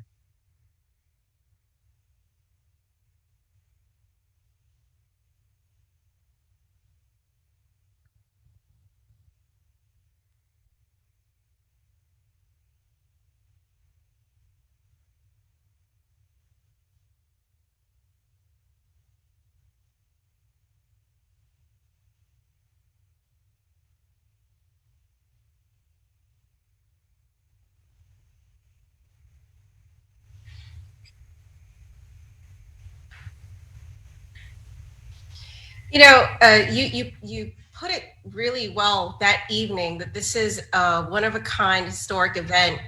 We've never had a downloadathon. We've had telethons, we've raised money before, but this is unique because we're asking people to download an app that would benefit the public health needs of the community. But it was so unique in the way that people were reaching out to help. As Josh had mentioned, during the event, we had people coming out and saying, you know what, I want to do more than just download the app. I want to actually donate to the prize list, donate cash, donate, hundreds of dollars, $200, people coming out and saying, I want to donate on behalf of my kids, Rich Arroyo. Mm-hmm. And then people donating jewelry to the cash pot, to the prize pot. And then from public health, whenever I would mention to them, hey, we just had another anonymous donation, and then coming out and saying, wow, this is just so heartwarming from our department, pouring out their gratitude. It just speaks volumes about, the community support for not just this app, but to want to see the containment of the spread of this virus. It's not just about wanting to download the app, but wanting to see our community become healthier. Mm-hmm. Yeah, so obviously the support was there. I mean, that was never in question. But let's go to Russ now, because Russ, as far as the effectiveness and the impact of what happened and everything like that, you were kind of the guy behind the scenes, keeping an eye on the actual download numbers and the response. And I know you and both one of your colleagues, Vince Munoz, who's kind of like, the technical brains behind this whole operation, he was saying that at certain points in the night, like when we had the interview with Willie and Sharti Brennan, that really touched people's hearts and minds and really motivated them to do so. We interviewed Alexa Adkins, the clinical pharmacist who recovered from COVID, and she was sharing her story and how heartbreaking it was for her to be separated from her 2-year-old daughter. She was saying every time she heard her cry, even though she was in isolation, she literally wanted to jump through the wall and tend to her daughter. So people felt that emotion. And how did they respond as far as download numbers, Russ? Yeah, I think that's definitely one of the greatest parts of the event was every time we had a testimonial and kind of their personal experiences shared, we saw an explosion of downloads throughout that. And I think the Willie and Sharty interview actually had the biggest spike through the night. It really pushed us through to getting over 1,000 for the evening. So I think, we had a really great program as far as entertainment and also personal testimonials, but the testimonials definitely explosion of downloads through those periods. Yeah, I know. Sabrina was actually sitting next to me. Well, of course, from a socially distant, range, of course, so at least 6 feet away, probably more than that. But when Sabrina, what was your favorite? Like a long drive home, right? Oh gosh, they were awesome. She was. Yeah. I mean, she's a big hip hop fan, but she was bopping her. She was rocking when those guys were playing. That was an insane performance. Like all three of them, all of the musical guests we had were amazing. We ended with Joe Guam, and that was very, very moving. But as to the actual prizes, because I know the chat room right now, I know you guys are saying, and we got a bunch of DMs saying, how do I know if I won? I'm not just downloading this because I want to win, but we emphasized in the downloadathon that our people are hurting right now. Everybody needs some help. So Josh, I know you said that you guys are at liberty now to announce the major prizes and who's won those. So the floor is yours now, Josh. Yes. Want to thank KUAM. Shout out to Ken for putting together this sweepstakes generator that randomly selected all the people that had entered. So those of you that had entered your email and your name, GVB will be contacting you. And so I want to start off with all the different winners that this sweepstakes generator had provided us with. So thank you to KUAM and Ken for putting this together for us. So when we announce the names, we'll be contacting you for curbside pickup of your prize. I feel like we should have a drum roll here. Yes. Let me see if we can get a sound effect. Should I go with the big prize? Who won the big one, or like lead up to it? There we go. Sabrina did it, kind of. Okay, so here's some of the prizes. I guess we'll start off with the top prize. Who won $1,000 from Talent Basket? We have Barbara Valencia from Barragata, who won $1,000 from Talent Basket. All right. Thank you, Barbara. And then we also have Rudy Duenas, also from Barragata. He won $500 in cash from an anonymous donor. So Rudy Duenas, congratulations. We also have cash prizes that I will go in this order. Shout out and congratulations to Valerie Blas. She won $100 in cash plus assorted prizes, $100 in cash. Also to Daryl Bursch from Jigo. Thomas Mayhofer also won $100 in cash and assorted prizes. Michael Manley won $100 in cash. Carmen Iriarte also won $100 in cash. And again, GVB will be contacting the prize winners via email. So I know people are gonna get your number, and then we'll arrange for a pickup time. There you go. Yes. So also we have Michelle Neville. She won Code One Law gift certificate valued at $75 plus assorted items. John Pangilinan won a $250 voucher from Docomo for a phone. We also have a 20 by 20 canopy valued at $280. That goes to Lorena Uggen. And then we have other prizes as well. Marian de Sagans, I'm sorry if I butchered your name, won a gift certificate from Nico Hotel.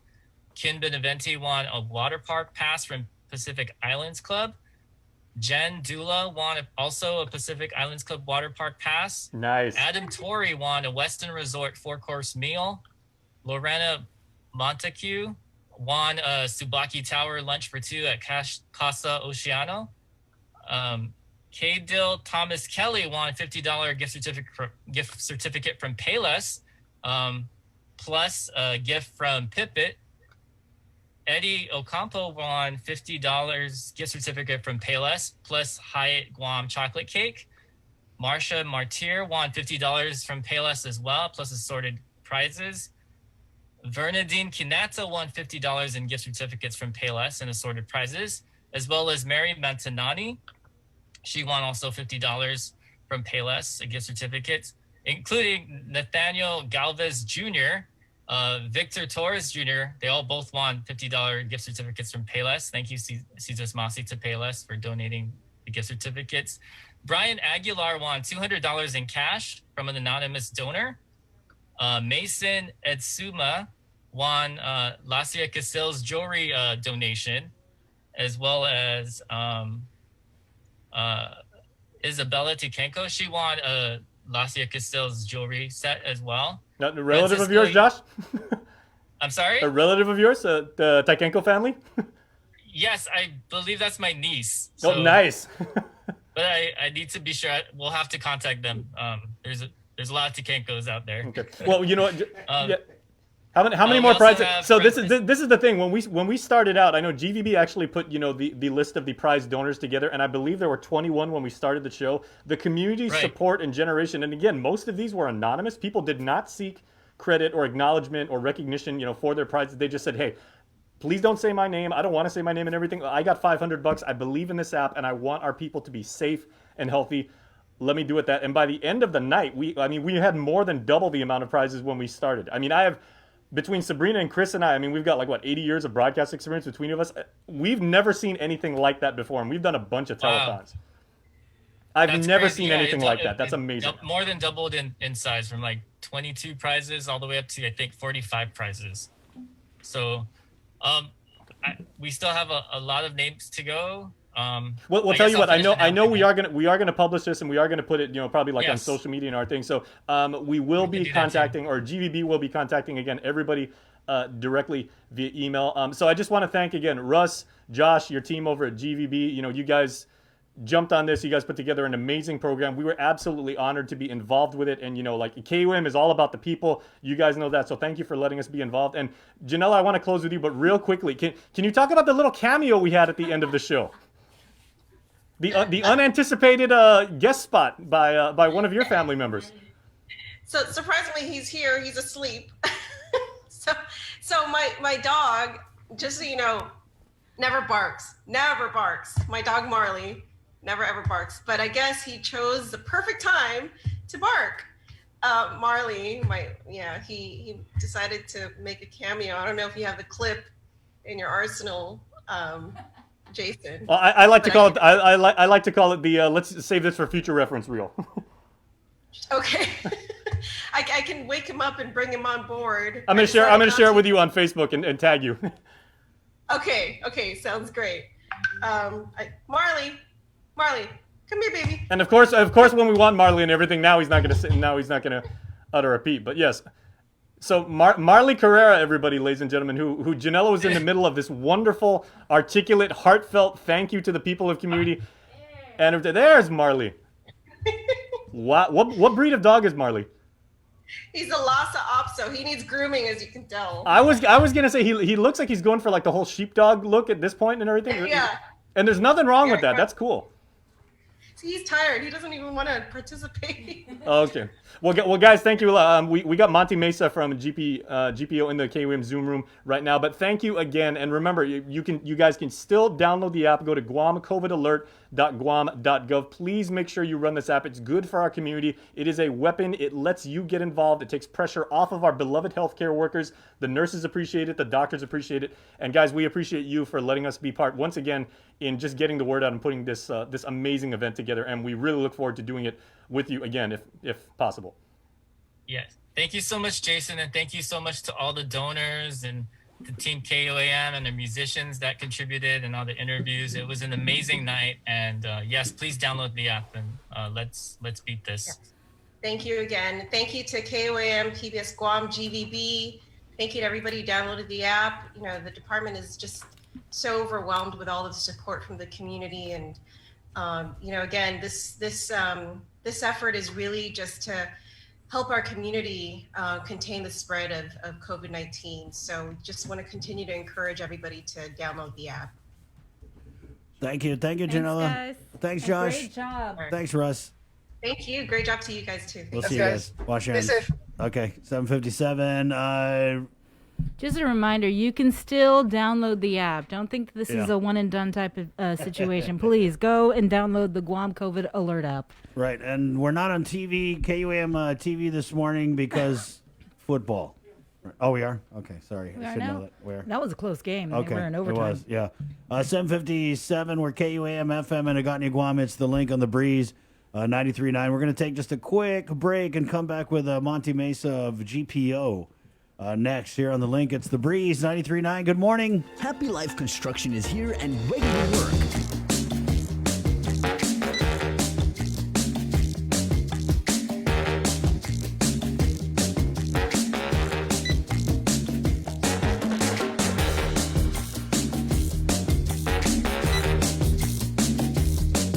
Your life moves quickly, so you need a card that keeps up with you. Tap and go with our contactless debit cards. Just open a checking account at First Hawaiian Bank. GU Self Storage, conveniently located near the Harmon McDonald's. We offer affordable rates, online payments, and auto bill pay for your convenience. Plus gate access daily from 6 a.m. to 9 p.m. Call us today at 648-7867 for more information. We have the power to improve the schools our kids learn in, the roads we drive on, the healthcare we receive, and the opportunities for more jobs. By responding to the 2020 census of Guam, we can uplift future generations by providing them with the resources they need to grow as a community. Together, we can make a difference. Respond today. You're watching The Link with Chris and Sabrina on TV 11, but don't leave yet because we're coming up next on CBS This Morning.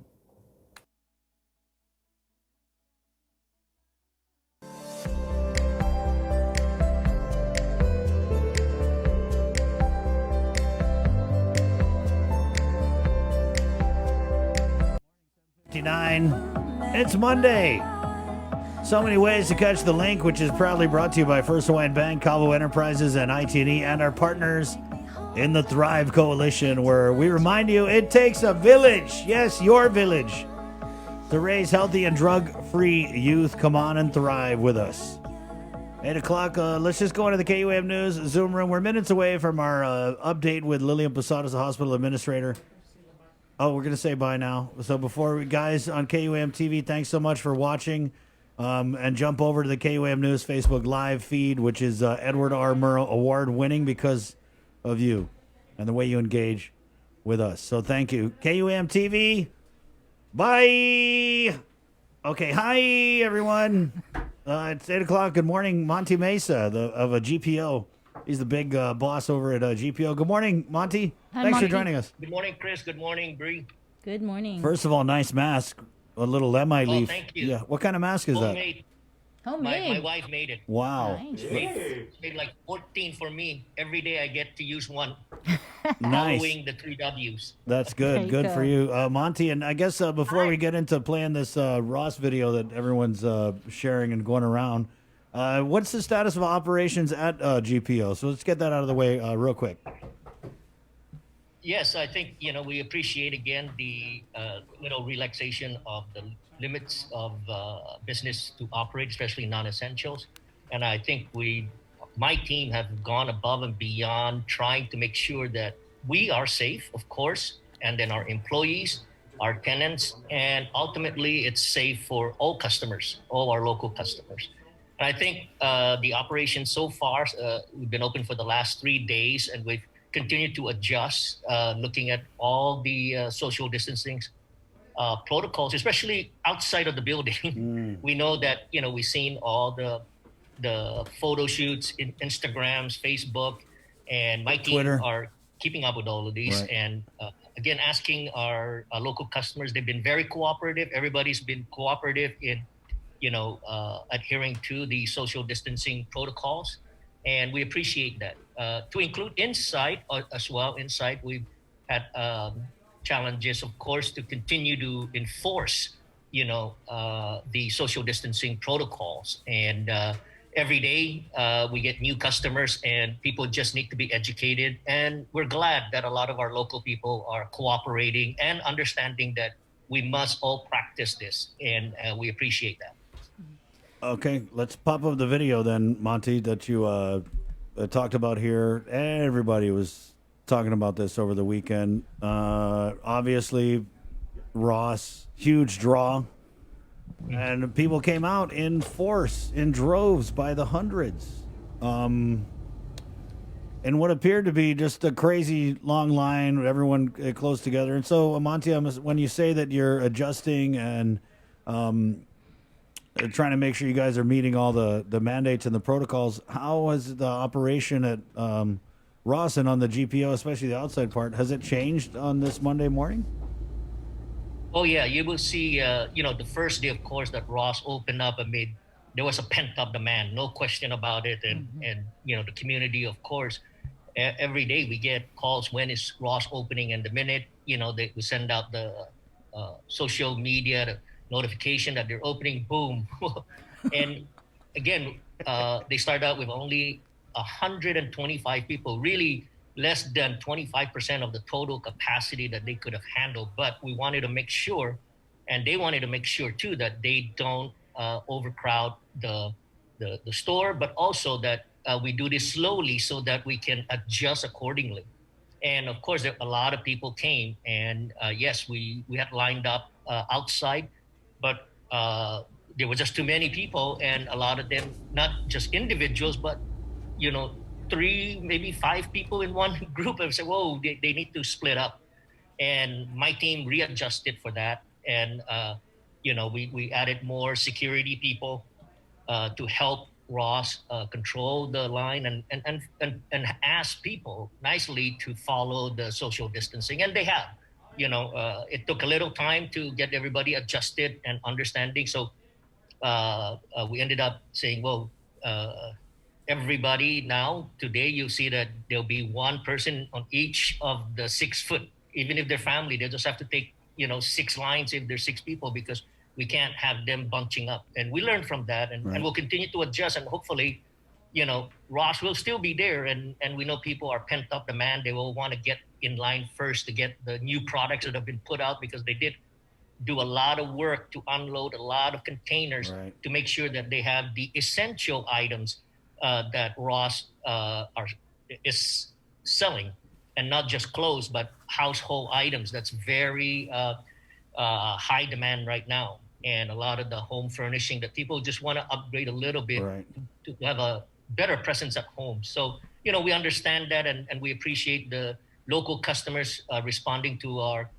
staff there, as well as our security. I mean, we know that people are anxious, and we support that. We want to open up as well, and we want to do it right. And we listen to your program and all the advices coming from public health, and we're following them. And in some point, we're taking it a couple notch higher. Right, man, Monty. If everyone in that line stretches out 6 feet, Lana, the line's going to go all the way to Jigo or Malesso. You know what I mean? And that's correct. And public health has been down there. The inspectors have talked to my managers and told them, hey, then you should ask the people to stay in their car. So we're going to try to do that, because we, instead of being out in the sun, of course, some people say, hey, I need the sun. Okay, that's fine. Stand by your car then. So that way they don't bunch up on the line, and we will monitor that to make sure. I think the first 3 days, I think it was just a lot of pent-up demand, but then a lot of people also text me or send me a message, oh, okay, we'll come in a couple more days because that's too many people. Right. Yeah, that definitely looked like a P-Core 3 line. That didn't look like a P-Core 1 line. What are the hours, though, for Ross? I mean, could people still go shop? Like, I think it was like 1 o'clock in the morning or something like that. Yeah. What are the hours? No, they've adjusted a time now from 9 to 10, just so that they also have time to really refill the stores, because they had backed up containers. And I'm glad that they're getting all their employees back too, because a lot of people wanted to get back to work, but we just have to wait. And I'm glad that public health and the governor had made some adjustments. We really appreciate all the adjustments to allow our businesses to reopen. That's And what I want to everybody's ask you. excited. Right, Monty, because you were one of the big voices that was calling for allowing the businesses to reopen. So 3 days after you got what you wanted, what's it looking like for you guys? Well, it's encouraging. I mean, it's not all the stores are feeling it. I mean, some more than others. We really appreciate all the people coming to the food court. As a matter of fact, we'll be setting up a outdoor tent. We're working with Johnny Cole to set up a nice big tent so that at least people can have an outdoor experience, until the restrictions are lifted where they can eat inside the air condition. And of course, we know that, the daytime it's hot, but we ordered a high tent so that way there's air circulation, and we'll be monitoring it as well and cleaning up after each person's use. What about the stores over there at GPO? How many weren't able to make it out of this pandemic? How many stores have shut down? We have 4. Of course, Forever 21 was the first casualty. Then we were having Chuck E. Cheese, and we had 2 kiosks. Actually 3 kiosks now pulled out because they just couldn't survive not doing any business for the last 5 months. But the 2 major, of course, is Forever and Chuck E. Cheese. However, we're still looking at others. We do have opportunities with some of the national tenants, and it's just timing now. And we're looking at 2021 because 2020 is gone. I mean, it's pretty much, you just got to wait it out. Wow. And hopefully we, we also get back our visitors, because that's a big component, not just for GPO, but also for 2 months since. We've been open, we were open, ever since May when we started at TSP, and slowly with our restaurants, with Red Lobster, Chili's, Olive Garden, Duenas. I mean, they were able to attract a lot of our local people. As a matter of fact, this weekend we set up tents outside for outdoor dining experience. So you can, call to make reservations for your family. Again, 4 to up to 5, 6 says DP Public Health, but we set each table up for 5 people so that we stay below the maximum. But it's another opportunity for our local people to enjoy with their family an outdoor experience down in 2 months since on the street front sidewalk, something you would experience in Las Vegas or in Miami, Florida. So we're trying to adjust to the changes, but again, we're trying to make it possible for our local people to also enjoy it in the limitations that we've been asked to do it. Monty, I know you said you're waiting until 2021, but you said something about national franchises. Can you give us a heads up? What are you looking at possibly coming to Guam? Of course, we still are trying to get the big names here, the big box operators, because they have piqued their interest with with some of the national big stores here. Looking at Ross, looking at Home Depot, looking at Kmart and Macy's, and they've seen this, one store operation, and they say, wow, these guys are, continuing to do well. And really the stores in Guam now, at least from our tenants that we have national stores, they're all on the top 2 or at least top 3, but most of them are on 1 or 2 in terms of the gross sales volume they're producing out of the stores at GPO. And, that is a testament to our local people, but also, the success that we've had with GVB, with getting our markets out of Japan and Korea being, our 2 main sources now. So we're missing that component at the moment, but we appreciate the local business that we've been getting because it's encouraging. We're getting close to the 50% of what we usually get, and we understand that we're the homestay order, and we still got a lot of our mature market that has not come out as freely as they mature market. Wow. Yeah. Monty, So what is it? Old Navy or Target, Walmart? No names. You're warming up. You're really warming up. We're warming up. All right. Well, I want to be hot. So, Monty, thanks. We wanted to bring you on. I'm glad that you addressed this whole Ross issue, head on. And thanks for jumping on. I know it was last minute. Anything in closing you want to throw out before we let you go and move on to Lillian? Well, no, again, we appreciate all the support from our local customers, and we'll continue to try and meet the demands, but also meet the protocols that are necessary to continue keeping us in business, because we want to stay in business. We hope we can continue this moving forward. And I think all the businesses I've seen so far have taken it to the next level in ensuring their safety and their customer safety. And I think everybody is practicing the 3 W's. Right. Well, thank you. Thank you, Monty. Thanks a lot. Appreciate you guys it. have a nice day. You too. Nice All right. mask, by the way.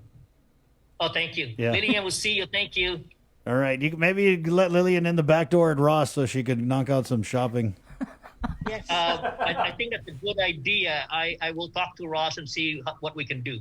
There you go. All right. Okay, Lillian, we'll see you. Thank you. Thank you, Monty. Take care. All right, 8:13. We have Reverend Tax Director Daphne Shimizu coming up in minutes, but as always, long weekend, tragic weekend. I don't want to lose sight of how this weekend, I mean, we had the easing of restrictions, and then it was like, boom, with the deaths and the high number of positives over the weekend. So very, very concerning, and I know we spent a lot of the show talking about essential, non-essential, but I never want to lose track of the virus, which is why we're all sitting here gathered around Facebook Live and the radio. So, Lillian, if we could just start with, maybe we'll start with the COVID census at Guam Memorial Hospital on this Monday morning. Sure. Good morning. Good morning, Guam. Our COVID census this morning is at 27. It's coming down, but we're still, again, anticipating, particularly with the high numbers of the recent positive results. And so, we expect that perhaps 20% of them may need to be in the hospital. Hopefully not, but, we just have to plan for it. And of the 27, 9 of them are still at the level of care of ICU. And of the 9, 7 of them are on ventilator support. And so, yes, we lost several of our patients over the weekend. Starting with Thursday, we had 1 fatality, then 2 on Friday, and then 2 on Saturday. So, within a matter of 3 days, that's a total of 5 individuals we lost, which is really sad. So our condolences and our thoughts and our prayers to the family for their loss of their loved ones. We had several discharges to home and to the ISOFAC. So there is hope there that people are recovering and are healing. Well, Lillian, can you just, so we had 4 the deaths, could you just go through them each and provide any additional detail that's available? Their ages range from 45 to 83 I'm looking at the 5 individuals starting from Thursday evening. And so, they all had multiple comorbidities, underlying health conditions. And so primarily it's really their respiratory system that was just so compromised by this COVID. And so it just exacerbated their underlying health conditions. I did see, though, there was one patient, I believe he's a 45-year-old man, transferred to GMH, and there was no indication on there that he had any comorbidities. Right. And actually, Lillian, I'd reached out to the 53-year-old male individual who was transferred from GRMC. Yes, he had some underlying health conditions. Oh, he did? Okay. Yes. Okay, I was talking with the family, and they said that he didn't, and he was 45 years young, is what they had told me, as a customs officer. The young man, yeah. Okay. There is that individual who was 45 years old. Right. Yes.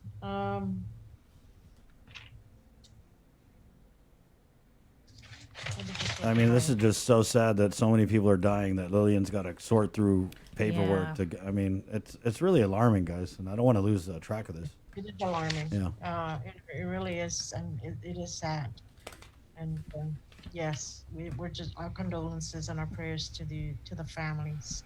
And yes, that male individual was transferred. There is that 45-year-old male individual who was transferred from GRMC. But He just does have an underlying condition with his kidneys. At least that's what we have on file. Right. Mhm. Okay. And so, just I'm not sure if you have anything else, but I did just wanted to ask Lillian if, in the event that we don't get you on later this week, if there was any message that you had to the DoD team that's preparing, I believe, to depart on the 30th. Right. Well, we requested for an extension, and we were granted. As of Saturday, we were informed that 9 of them will stay back.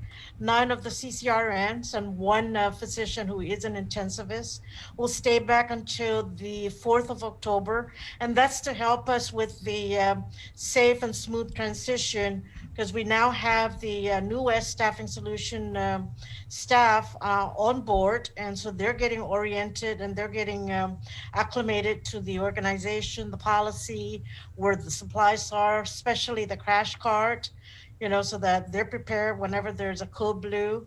And it primarily really the remaining, the 9 remaining DOD CCRNs and intensivists, their focus is primarily just to take care of the patients. And we, as GMH staff, will make sure that we orient and we train and we acclimate the newest staff. So they will be the ones, the DOD nurses will be the ones focusing on the patient care. And we then will make sure that the newest staff are getting acclimated, oriented, and trained with the policies and the EHR system and where supplies are, particularly with the crash cart.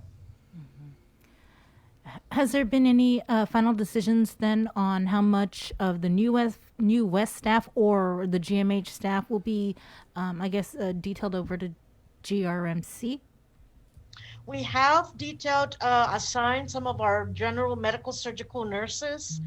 12 of them in total we assigned, but then there were some issues with regards to, the nurses have gotten sick, and so they haven't been able to work at GRMC. But we have given GRMC some of our medical surgical nursing staff, and absolutely we are going to consider and see how we can help with the ICU level, because we still continue to receive non-COVID ICU patients in our emergency room. In fact, we have 3 right now in-house who are non-COVID ICU, and 2 of them are on ventilator support. So, we still need to be prepared and plan that we will continue to receive non-COVID patients, either at the ICU level of care, telemetry, or even medical surgical. Is that a change, Lillian? Because I remember, was it last week you guys weren't taking in non-ICU or non-COVID ICU patients? That's the plan, so that we can then accommodate all COVID patients. But, people still come to GMH, because we're the closest probably that they need emergency care. And so when they come into the emergency room and they're determined that they need to be on ICU level, then, we take care of them.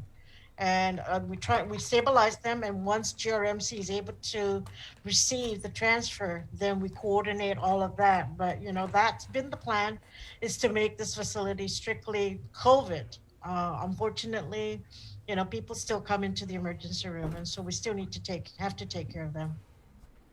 Lillian, can you kind of sort through when we talk about the hospitalization numbers? Obviously, they've been on a steady decline, but how much of that is because we're losing people, and how much is it because of people getting discharged?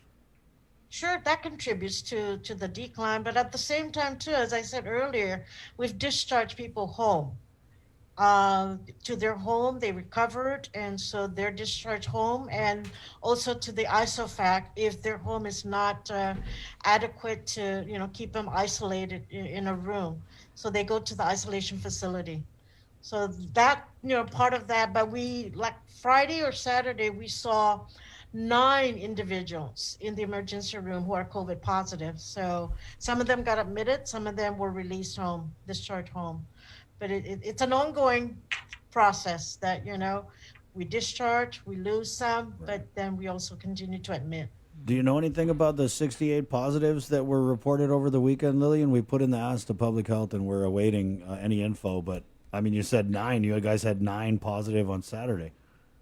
Right, but then we don't know if those came from the 68 or from the previous, earlier results when they tested positive, and maybe they weren't manifesting symptoms or severe enough to warrant to come into the emergency room. So, you may test positive today and you're feeling fine. 2-3 days later, you may start having, the symptoms of shortness of breath and not getting enough oxygen into your system. So that can happen. So, of the 68 that tested positive over the weekend, we may see some of them come into the hospital this week. Right.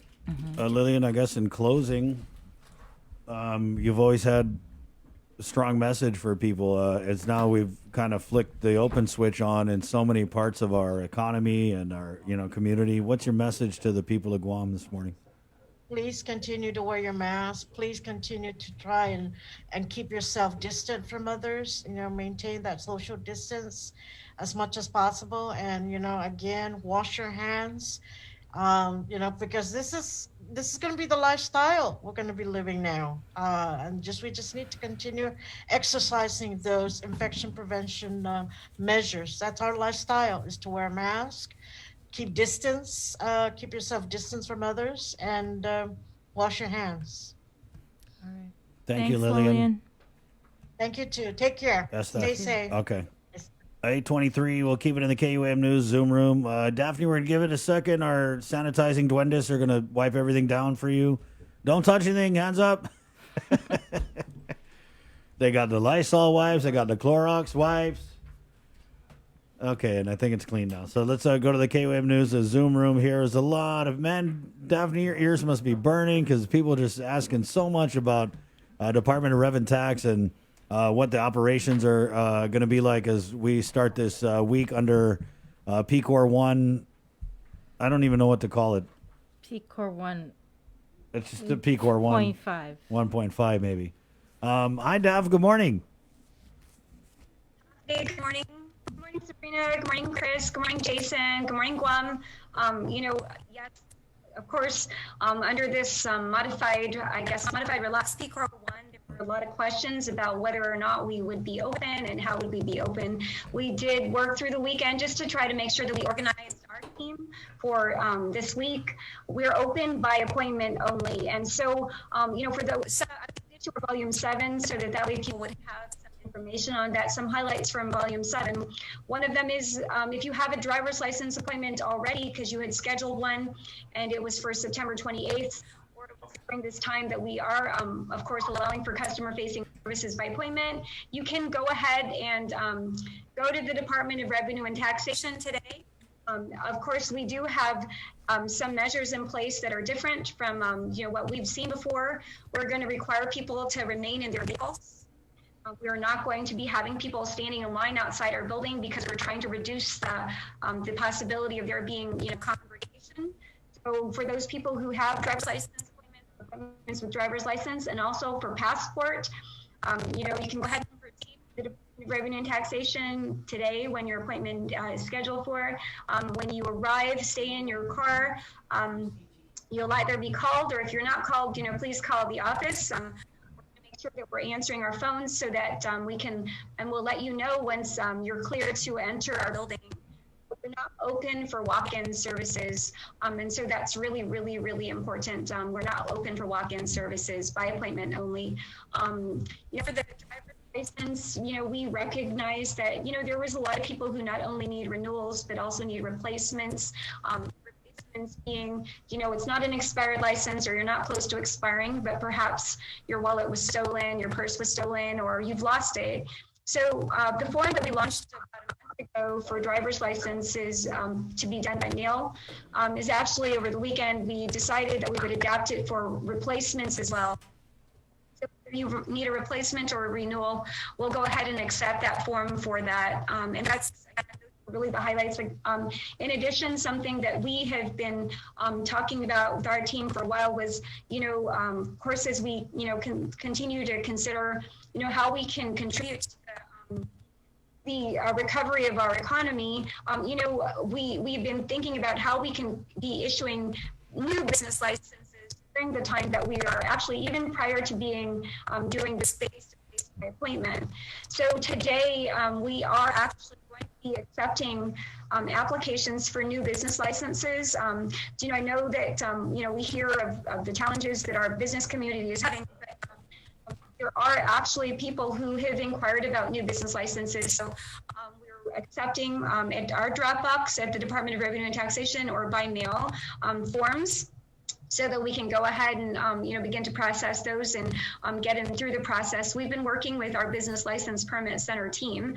That's the Department of Public Works, the Department of Land Management, the Department of Public Health and Social Services, and also Guam EPA and the Guam Fire Department, so that we can get some process in place, so that we can continue, to work to get people new business licenses and not just renewals. So those are the main highlights, and we're excited about being able to provide, of course, a new business license option as much as possible. We're working to try to get or to receive as many things as possible through our Dropbox, through the mail, and we're communicating as much as possible, through phone calls and emails with, of course, our customers, our taxpayers, and our licensees.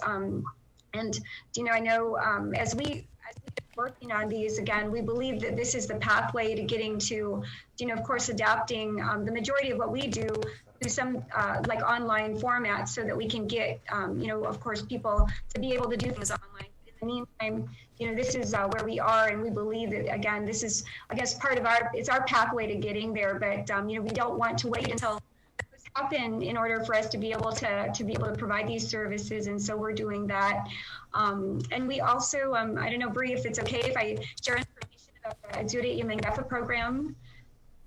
Right, that launches we did issue our media release on that over the weekend. We're going to be launching our online form at midnight tonight. So at midnight tonight, you'll be able to get onto myguamtax.com. And for those families, of course, as you know, there was that gap that is trying to be addressed through Ajuda y Mangafa. So as far as the program is concerned, what will happen is, for those who are eligible, they have disabled dependents, or there are they have dependents who are in college. If they are eligible based on the criteria, they will be able to get online, again, at myguamtax.com, register, and go ahead and file those. There are supporting documents that are required. You will have to submit those to us in addition to filing your application. We're recommending that you submit those electronically, so that way it will be more efficient. But of course, we'll always be available to accept those by Dropbox and by mail. The application period ends 30 business days after we launch. So 30 business days after September 29th. That brings us to about mid-November. So I'm recommending for everybody to please make sure that if you are eligible, that you go ahead and you submit your application as soon as possible. I want to also thank our Mayor's Council of Guam, because, Executive Director Angel Sablan, I've been talking with him, and they are going to be distributing, we're going to be transmitting some paper forms, so that way they can transmit them out to the villages and to our village mayors. We can get those out. For those people who don't have access to the internet or a computer, but able to get to their mayor's offices, those will be available at our mayor's offices. And so those are things that are happening. Again, recommend everybody to review our FAQs. They're not yet on our website. We're hoping that we're going to get the FAQs on our website by day's end today. Again, we will be launching the Ajuda y Mangafa starting midnight tonight. Daphne, for the Ajuda Mangafa application, are there any sorts of verifications or anything like that applicants are going to need to go out and get in order to submit an application? Right, and so there are requirements. I don't have the full list, of course. It was similar to Programa and Salapi. There are requirements for example, to determine relationship. There may be birth certificate requirements. This is the first time that we are running a program that will benefit specifically, those families with disabled individuals. So there is also a certification from a doctor with regards to that, like disability. That's something we work to try to replicate some federal programs so that we can make sure, because again, this is not our, that's not our area. I've also reached out as well to DICID. So I've been in communication with Director Felicia Guerrero so that way, families of her clients will be able to access. So we're working to distribute it. We're working to get education out. And, Bree, you bring up a great point because, during this time, it is difficult to get things from, our mayors and get Social Security cards, things like that. But, there are requirements again, and our team will be working with the community on that. But you can email, we have an email address for Manguffa. It's manguffa@revtax.guam.gov. And so you can email our team. We actually have what's called an AIM team, AIM, a Duty and Manguffa team. They've been activated. They're separate from our economic impact payment team. They are specifically going to be working on this program so we can get payments out as soon as possible. We don't have a target date we don't have an actual date for when we're going to make payments, but we're going to get those out as soon as possible. As you know, it's always been our desire and it's our charge to make sure that we, serve our people and we're going to get those payments out as soon as we possibly can. Right. But what about, I think it's an estimated $10 million that's going to be funded through CARES Act funding to pay for this local program. Is there a deadline to apply for the Manguffa program? And what is it? Yes, so the deadline to apply for the program is going to be 30 business days from tomorrow. I believe it brings us to around November 12 or around that time. Please excuse me, but I don't have that actual date. I think it's on our FAQ, I believe. Okay. So, we've already mapped that out. If people do submit, but you must submit the documents that are required in order for your application to be considered complete. And so that's going to be very important. Our team is going to be communicating with taxpayers as well. If there are documents that are required, of course, we want to make sure we give everybody the opportunity to remedy a situation if they've missed a document, perhaps. But, if you could get those in as soon as possible. But we're excited to get it launched. We know that, of course, we have so many people in need. We're excited to have the online to be launched simultaneously with the paper-based. I think that's something that, we were not able to do with EIP. And those are, very important, again, so that people could do it from their comfort and the safety of their homes. Okay. Hi, Daph. We had a question here. It's kind of, and again, there's a few people in a similar situation. Marilyn writes in on our Facebook Live feed, please, Mrs. Daphne, my son-in-law's driver's license expired in July. His appointment is March of next year. He has a job pending on Navy base. They require a real ID driver's license to get paperwork going. Are you guys able to give consideration for this situation? Would this be something that, because she's worried he might lose the job opportunity, would this be something that they would email in? So, I know that, of course, we definitely have to make sure, and I think even with Manguffa, what we were calling compassionate exemptions, right? I mean, not Manguffa, but with another program that we were running, compassionate exemptions. And so, when there is dire need, of course, we do our best on case-to-case basis to assist when there's that need. I suggest that if Marilyn or Miss Marilyn or her son can communicate to us at the PIN admin at revtax.guam.gov, or if you have our volume 7, we actually have hyperlinks in there. If you click on the contact us, the little hyperlink that says contact us, it'll actually bring you to our contact us section of our page, and you can get that question in there. Chris and Sabrina, we're doing our best to provide as many services, kind of given our limited capacity, and we recognize it's very challenging for our people, most especially for those people who need a real ID, compliant ID. right now, again, the renewal and replacement is really only for non-Real ID compliant IDs. Our team, again, is working to try to reschedule as many appointments as possible. I was communicating with our supervisor this morning at probably 6:30 or so, because, he wanted to make sure that I knew that they were doing that. So we're communicating and contacting as many people as possible to reschedule. We're going to try again to make sure, of course, that there's consideration given, for those people who are especially in a very dire situation, where they're in need of a Real ID compliant ID. But, on that note, though, with regards to Real ID compliant IDs, of course, initially the deadline for Real ID compliance for federal facilities was October 2020. Because of this public health emergency, I think way back in March or April, the U.S. Homeland Security, of course, through the president, had extended that deadline to October 2021. So the requirement for Real ID compliant IDs is really October 2021 and no longer October 2020. Last year, when I did start here at Rev and Tax, I had been in communication with, of course, our officials, our military officials, to discuss this. And perhaps, again, it's time for us to regroup with them. It's been a little bit challenging because we've been working on many things, but I think, thank you to Miss Marilyn for her question, because perhaps it's time again for our team to reach out to, to our Navy and our Anderson bases, to discuss with them the requirement for Real ID and of course, the fact that that deadline has moved to October 2021.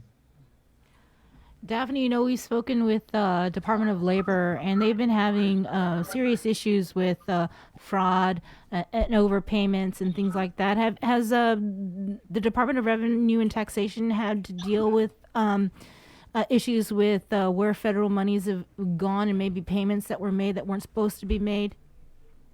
And if so, how are you resolving that? With regards so with regards to the issue of fraud, of course, there are, I guess if you want to call them criteria that determine whether or not fraud has occurred. We do have in-house a criminal investigation branch. We actually have people in our office who are who actually carry guns. Our criminal investigation branch is the branch that investigates criminal activity. When we have issues, for example, and we've been discussing with our team, potential issues of fraud, of course, again, you must prove if there is fraud. And perhaps, as we've been talking with some of the taxpayers, again, it's difficult to say if it's been, perhaps sometimes people, out of, they forget or they don't realize that they submitted twice, or they submitted a paper-based return and then they submitted online. So we do have situations like that. We have worked with our IT people to the best of our abilities in terms of trying to make sure that, of course, there are no payments that are made that are either duplicate or that are erroneous. But, of course, I think, there is no system that is perfect. We actually have received, from people who believe that they've received it in error. There are actually people who have returned checks, some of them because they have received from both the IRS and us. We do actually reconcile with the IRS. We actually provide to the IRS and the Treasury, of course, the list of taxpayers that we do pay out so that there isn't a duplicate payment. But in terms of errors, of course, those are, there is no system that's 100%. But, of course, to the extent possible, we've done our best to dot all our I's and cross all our T's. So, if there are errors or things like that, those are things that, of course, we'll work to adjust. But if there's issues of fraud, again, that's something, again, that fraud is something that, again, there's criteria to determine if there's fraud. But there are cases which we have been talking with our team about identifying and discussing, and so that way our criminal investigation branch can get involved and assist with investigating those matters. Thank you, Daphne. So it's by appointment only. You provided the numbers. There's also an email where they can maybe provide more detail. And you guys are, like a lot of other agencies and businesses, trying to sort through how you can operate under this modified PCOR 1. Absolutely. And again, by appointment only, when you come for your appointments, remain in your vehicle. We'll contact you so that way, again, there's no congregation. Chris and Sabrina and Jason, I want to thank you guys because it is a difficult time. It's challenging, of course, to get appointments, and trying to do by appointment only for an agency like ours is a very challenging proposition. But we're doing our best to serve. We're going to be working to be able to allow receipt of documents again that we don't normally receive by Dropbox or mail or even electronically, to be able to do so. And we're working as quickly as possible to try to move to get a lot of what we do to be adapted to an online format. So those are the things that I have on my plate, and we're working again to get to that point. Well, it sounds like you need another plate. Well, we thank people for being patient because, I don't want to say, I always talk football terms, 4th and inches. I can say maybe we're like 1st and inches, right? So we're almost there. We're working toward the goal line. We're not exactly there, but, I believe progress is happiness. We're doing our best again to make progress, even if it's little steps where we need to get. And but in the meantime, again, we're working to try to get our services for people the best of our abilities. And we thank everybody for their patience, and most especially during this time. And also want to say condolences to all those families who are impacted by this terrible virus. I know it's a difficult time for all of our people in so many ways. So do want to thank you and share that also with regards to our team. We also are very saddened every time we hear people passing, and those are lives that we'll never be able to get back. So pray for them, and we thank you guys for getting your message out. Thank you, Daphne. Thanks, Daph. Be safe, okay? Okay, so just Masi, All the have a moss. great day, Chris. You Have too. a great day, Sabrina. Have a great day. There you go. Let's make a great day out of this. 8:43. We got to take a short break because that was so. We need a break. Yeah. And we're coming back. I want to do this for Lillian here because Yes. she just had messaged me. We want to mention the 4 respiratory therapists that are members of the DoD EMAC medical mission assignment team. They've been obviously very valuable in helping with the staff there at the Guam Memorial Hospital. So definitely want to just recognize as they kind of wind down. They've only got a few with 5 days left. Right. So they were here for 30 days. And so part of the team, they're leaving September 30th. And then part of the team, DOD has agreed and FEMA has granted the extension that GMH and the government was requesting. So they're going to see 9 CCRNs, those are the critical care registered nurses that are going to stay back, along with 1 physician intensivist.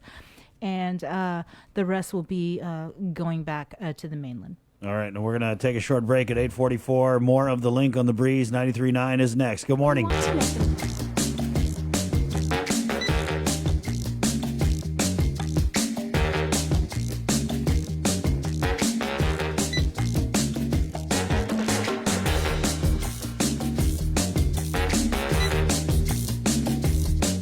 Your life moves quickly, so you need a card that keeps up with you.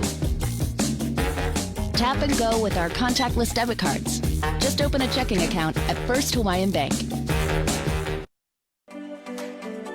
Small businesses are an important foundation in our island's growing economy. They provide essential goods and services to our community while preserving local traditions and creating new job opportunities. Your responses to the 2020 Census of Guam will help small businesses receive the information they need to thrive for years to come. Respond today. Together, we can make a difference.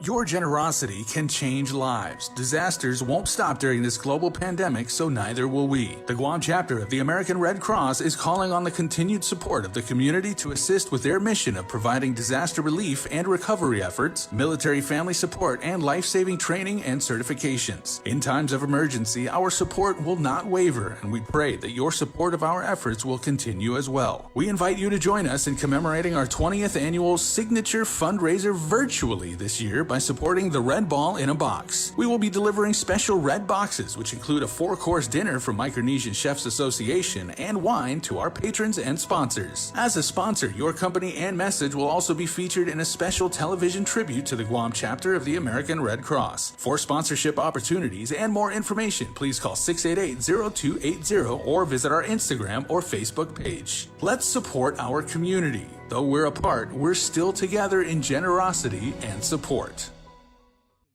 GU Self-Storage, conveniently located near the Harmon McDonald's. We offer affordable rates, online payments, and auto bill pay for your convenience. Plus gate access daily from 6 a.m. to 9 p.m. Call us today at 648-7867 for more information.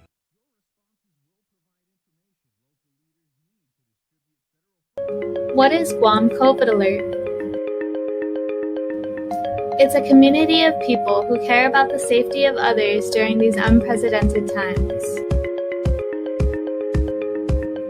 It's thanks to the PathCheck Foundation of over 1,000 volunteers collaborating from all over the world to create a unified solution.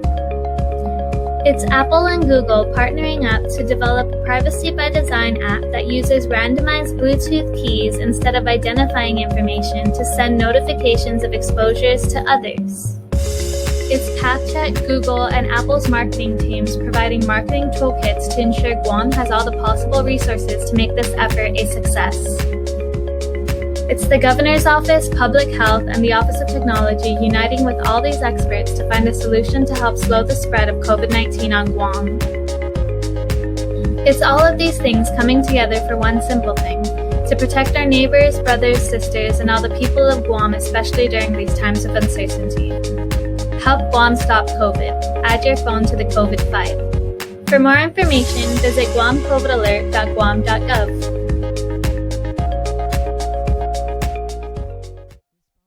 Our frontliners have been working tirelessly to keep us safe, and now they need your help to get our island back up and running as safely as possible. Did you know your smartphone can be one of the most powerful tools in our fight against COVID-19? That's why we're bringing you the Guam COVID Alert Exposure Notification app. This app works by letting you know if you've been exposed to someone who's positive. It's completely voluntary, and more importantly, it's completely anonymous. It does not track who you are or your location. Researchers at Oxford University have found that for every 100 to 200 downloads of the app, it can prevent 100 infections and save one life. Add your phone to the COVID fight by going to guamcovidalert.guam.gov or download it from the App Store or Google Play now. Help Guam stop COVID-19. We got your 6 at 6 a.m. with the link on Breeze 93.9 FM. Bree and I connect you with all the latest news and information you need to know to start your day. Then check back with Guam's news leader at 6 p.m. for the day's top headlines with KUAM News Primetime. From 6 a.m. to 6 p.m. and everything else in between with KUAM Digital, we got your 6.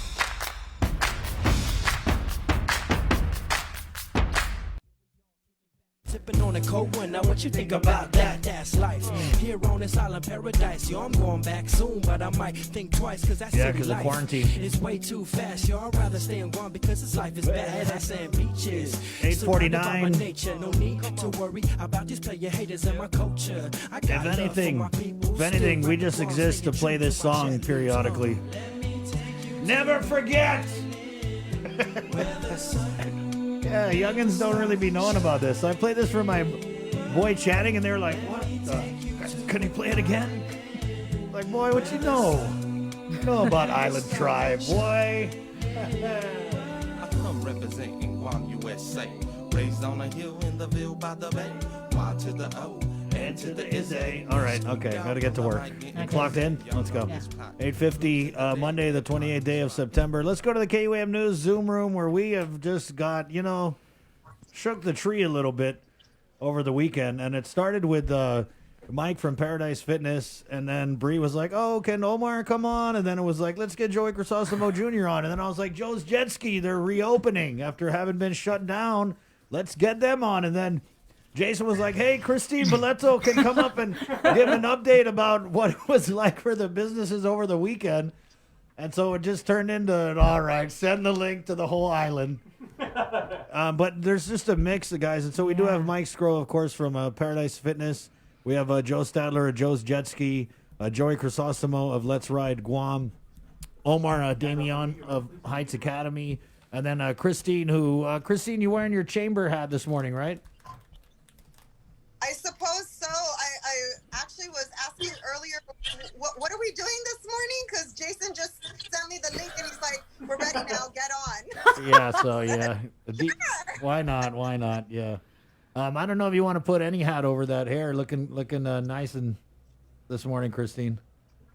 It was woke up late this morning and kind of rushed out of the house. I'm having some pest control services done there, and so we had to get out. So no time, but still willing to get on and talk about what's going on with our business community. Right, and yeah. So glad to hear that Joe's been able to open his jet ski. That was something that we fought for, as well as trying to open like all water sports.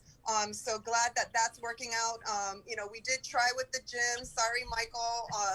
It didn't go as we wanted to, but we're hoping if we continue to go down that there will be an opportunity to talk to the governor this Friday or Thursday. We can get more open this week. Right, and let's just start with Mike at Paradise Fitness Center, and then we'll kind of just go down the line. Mike, we had a bunch of the gyms on last week, and they were all consistent in talking about Paradise Fitness and how Paradise Fitness is kind of it's a whole different animal because you guys got the floor space.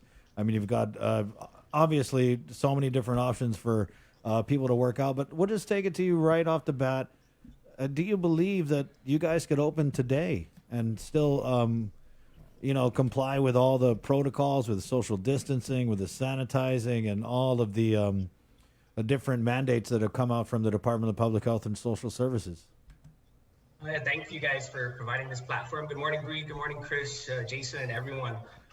It's hard to believe it's been 6 months now, so we've had time to really study this, see the waves and see the ups and downs. And we've really studied this operation and how we could service our members. I mean, anyone in the service industry, I understand the business community, we're all agitated. Everyone has cabin fever. You could see that with the line at Ross. I mean, but our industry is essential, right? And we could be utilized as an asset and tool to really fight this coronavirus.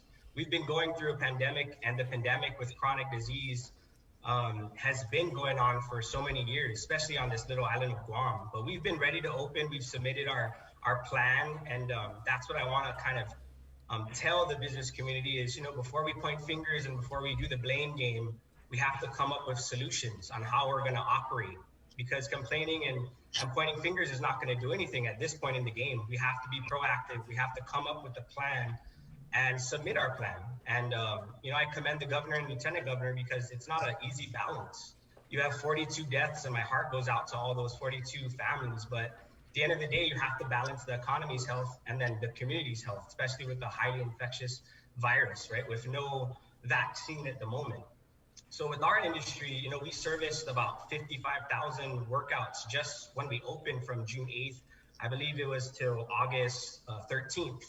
So that data is what we've been looking at. And our infectious rate that traced back to Paradise was like 0.007%.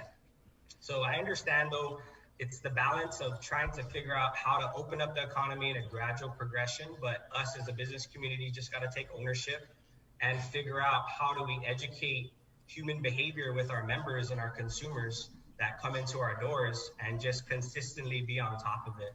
Right. But yeah, our plan has been sent in about 2 weeks ago, and we got confirmation that it was received and it's updated. So we're just waiting to hear back, and we're eager to open.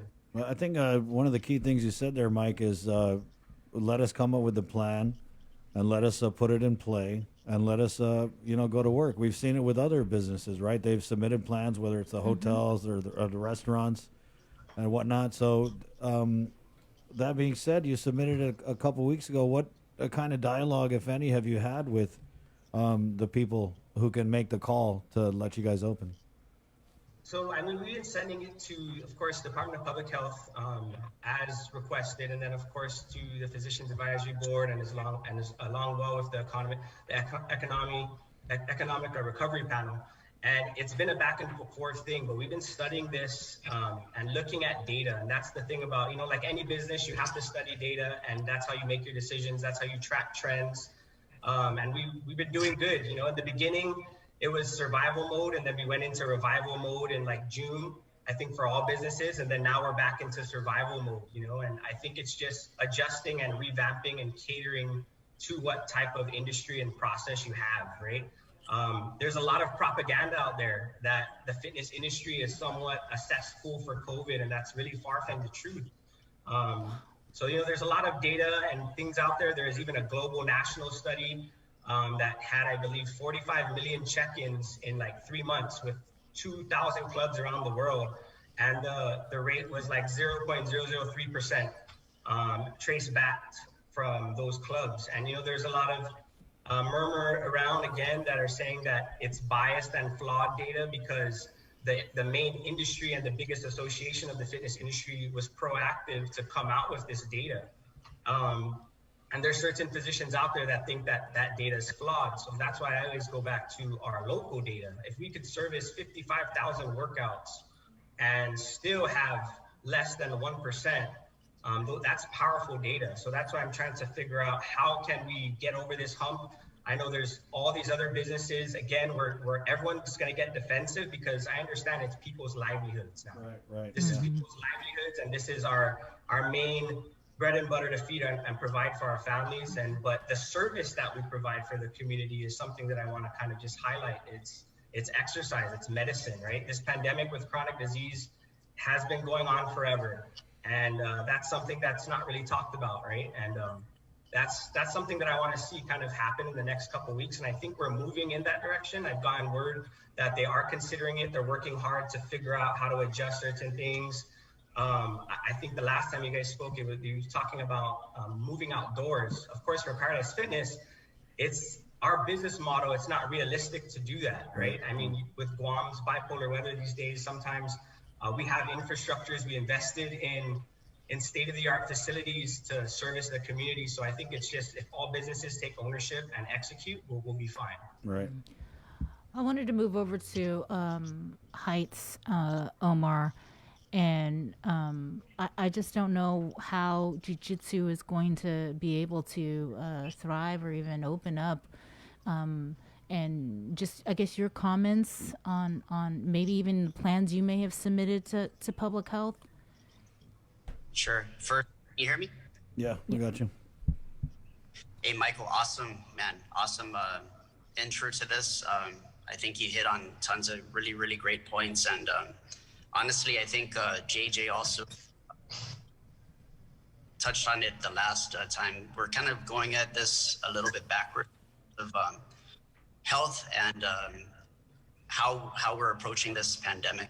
So like Michael had mentioned previously, our island has a lot of obesity, has a lot of health issues, comorbidities, right? So if people aren't active and people aren't working out and people aren't doing the things that they love, they're gonna develop these comorbidities even though they were healthy. So in jiu-jitsu, going into all this, all of the protocols that have been put on contact sports in general, I really feel that we as a world aren't taking it regarding to, because jiu-jitsu, it's hard to explain to anybody about, oh, you're grabbing somebody, you're on the ground, you're up close and personal. It doesn't get any more personal than that, you know what I mean? So it's so good. It's such a good thing for everybody that trains. And I think our academy, my academy personally, it's a small academy, you know what I mean? So it's not like I'm opening my doors like Ross, where we have thousands of people who are from different, different places. And it's like, we know each and every person, and going into that responsibility that Michael had mentioned too, we're responsible business owners. I don't want to be the person that's going to be spreading this to anybody. I feel like all of our members, and I deal with a lot of children, the parents have to trust me and trust in our academy that we do the right thing. And we do, we've done what we can. And people just need to understand that when you train jiu-jitsu, you're training and you're putting yourself at you're stressing yourself. Your body is really running at a high rate. You know, your adrenaline is pumping, your heart is pumping, you're working out hard. And that at that specific moment in time, you're at your strongest point. You know what I mean? Yes, there is contact. Yes, that we don't have masks on, but at the same time, I feel like we should be able to train jiu-jitsu. And the people that are making these decisions aren't in our shoes, aren't the people that are training for 20 plus years. There are so many people on this island that train jiu-jitsu, and I'm sure that everybody's still training. And that's because you have to train. You have to train to stay healthy. If we don't train, we're going to be the next person with comorbidities in the paper, and which I don't want. So in terms of plans and stuff, we submitted plans to public health. We've given our input and we've complied. You know what I mean? I put in new hand washing stations, foot disinfection stations, hand sanitizing stations. I even invested in a what is it called, an automatic thermometer, all of these investments. And then we are shut down week to week, and we're basically at the whim of the government saying, okay, you guys can open, but you can't. So I feel like everybody, you should just open businesses and allow people to make their own decisions in terms of how they're going to manage their lives and what is essential and what's going to make you happy and healthy. And sorry for going off on a little tangent there, but at the same time, it's been pent up months, and it's frustrating. Appreciate the opportunity to speak. Of course. Let's take it over to, we'll go with Joe of Joe's Jet Ski, and then we got Joey Crisostomo Jr. Let's Ride Guam. Two businesses that is basically outside all the time. Joe, I know you guys have got the green light to open individual water sports, but I saw on your Instagram you're planning on opening October 4th.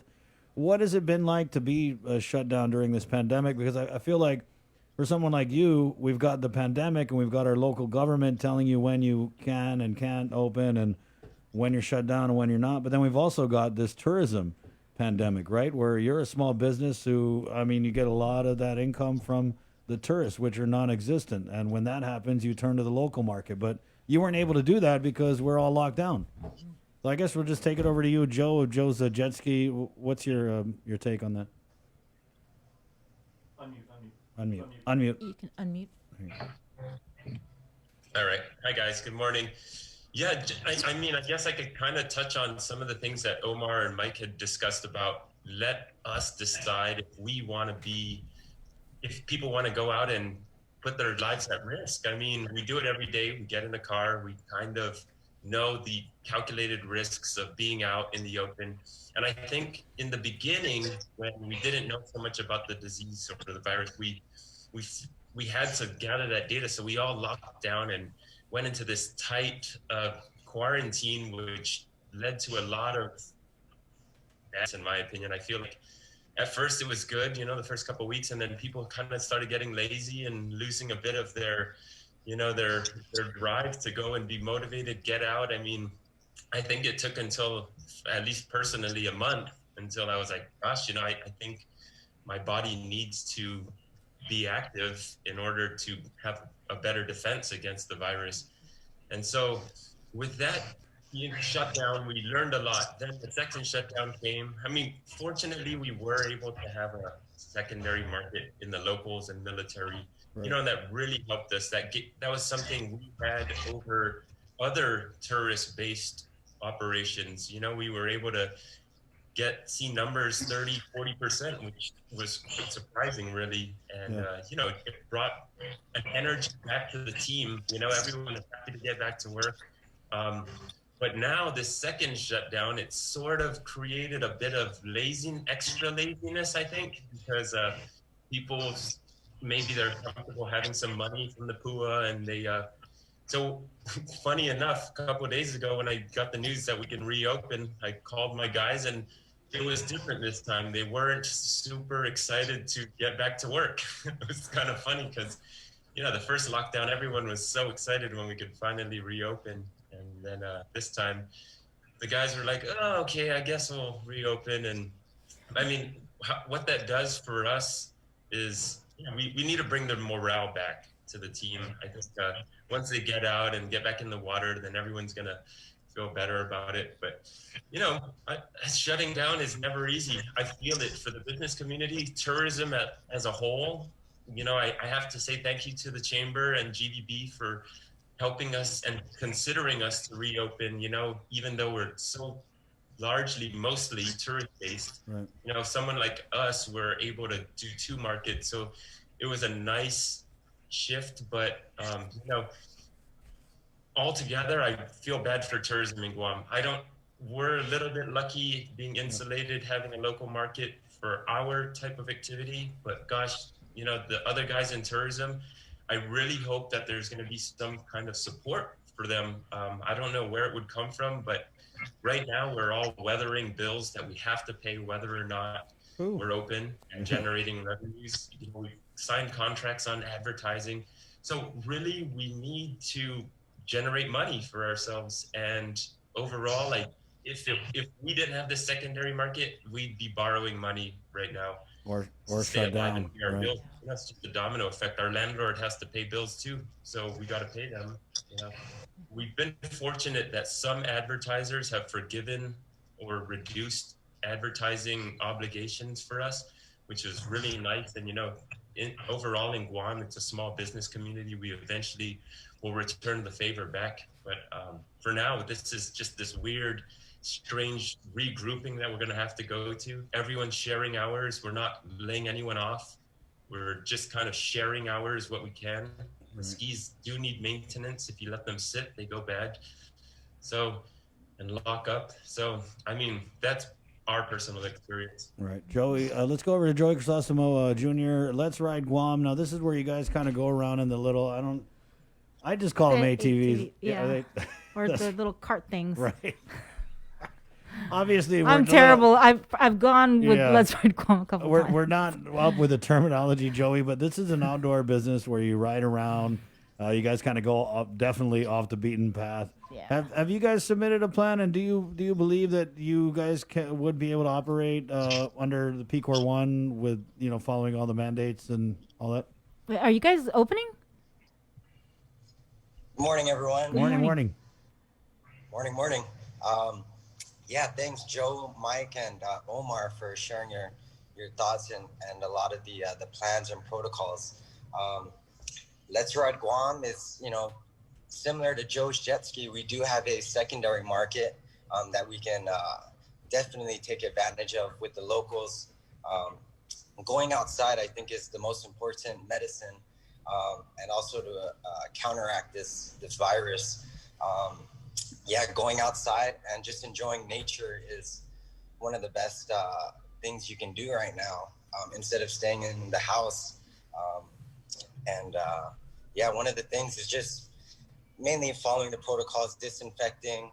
Let's Ride Guam. We don't let our customers touch our helmets. Our employees will disinfect each and every helmet.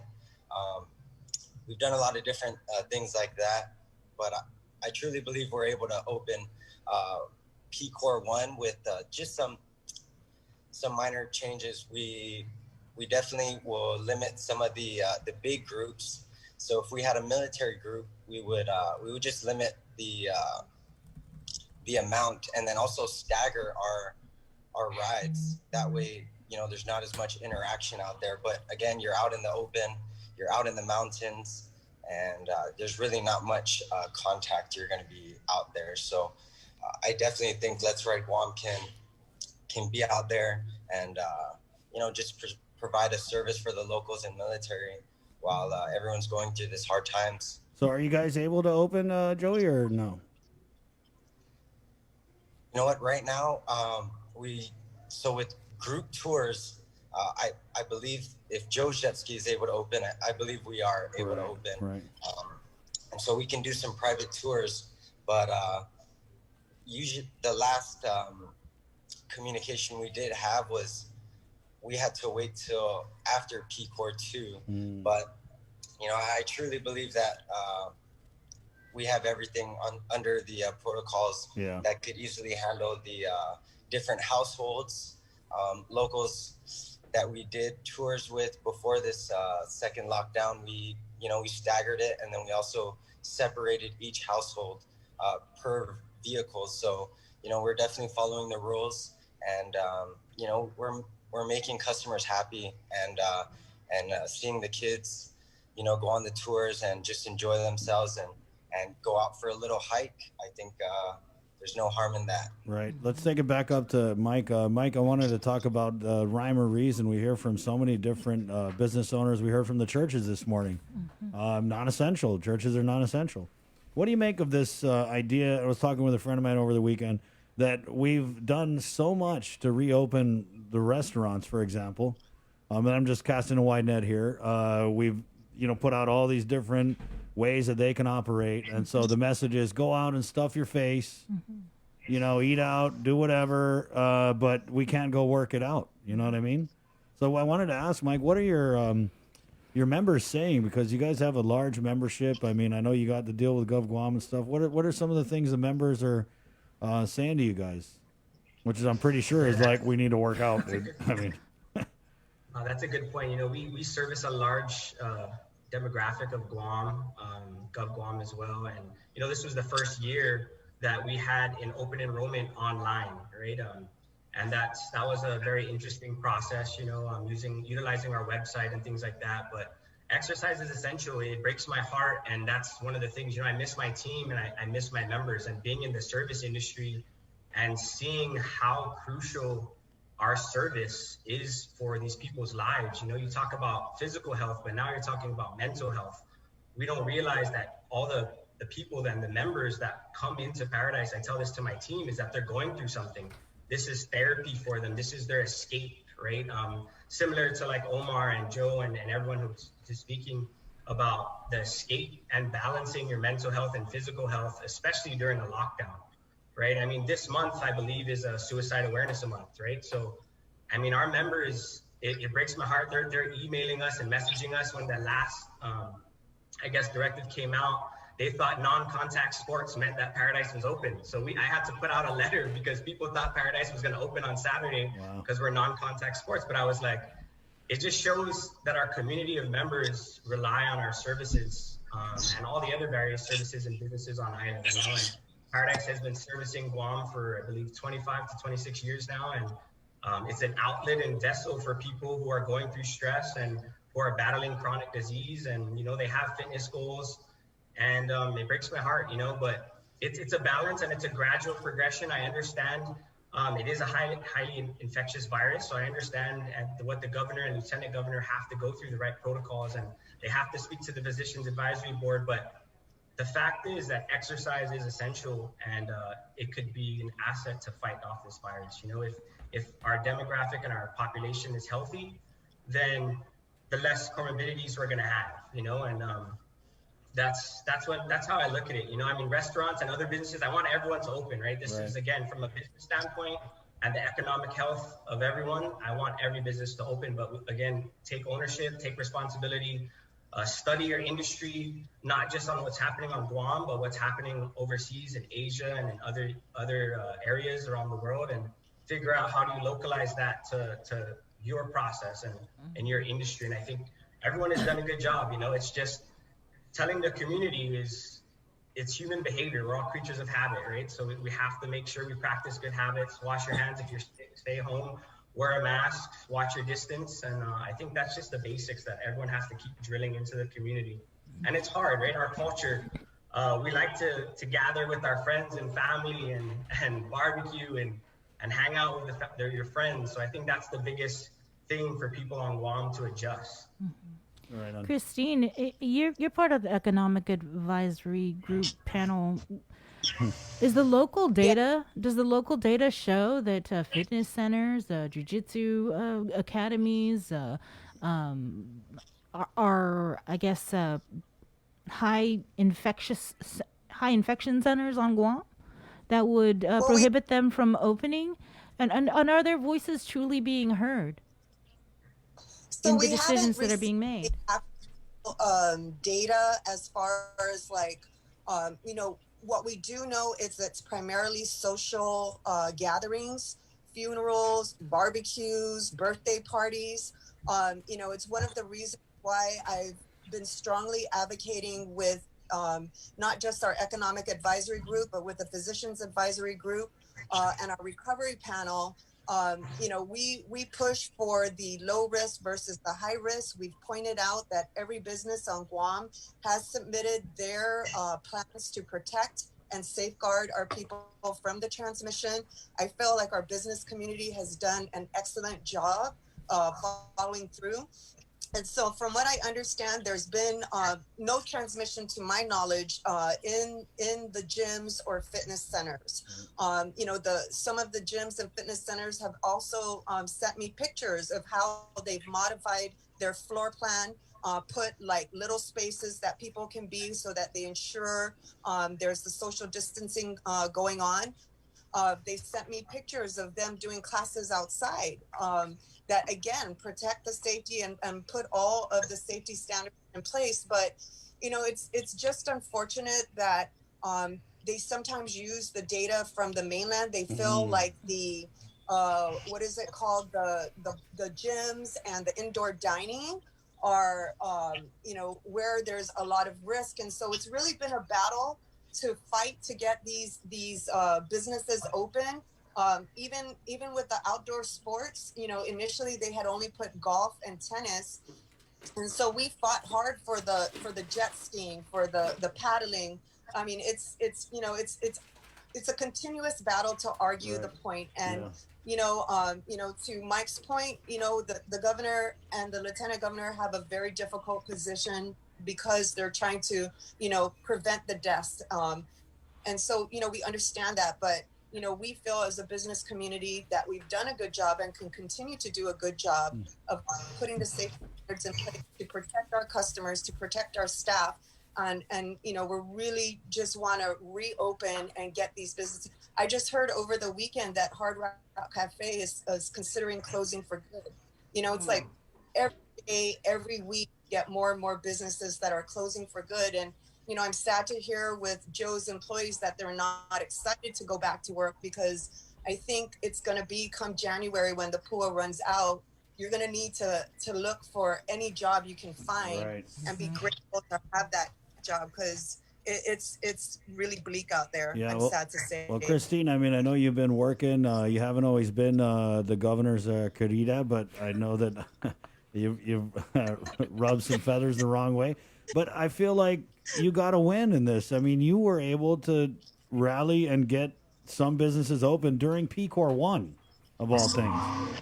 Right? So, and just on the gyms, the jiu-jitsu, I know you said the conversation's ongoing, and I love Mike's positive kind of take on this, and also realizing that, there's this whole public health argument, but I think when we go back to the data and the fact that this isn't March anymore, right? We've all evolved. We've all found ways to do the things that we need to do. And I think that, we need to trust these guys, because I'm pretty sure at these barbecues, these funerals, nobody was doing a temperature check. Yeah. Nobody was squirting hand sanitizer in people's hands. I mean, there were no hand washing station at the barbecue or the. And these businesses are highly regulated, and I want to say they've invested their own money to comply with all these public health orders, like you said, from the sanitizing, the putting the sink outside, all of that. Right. Yeah.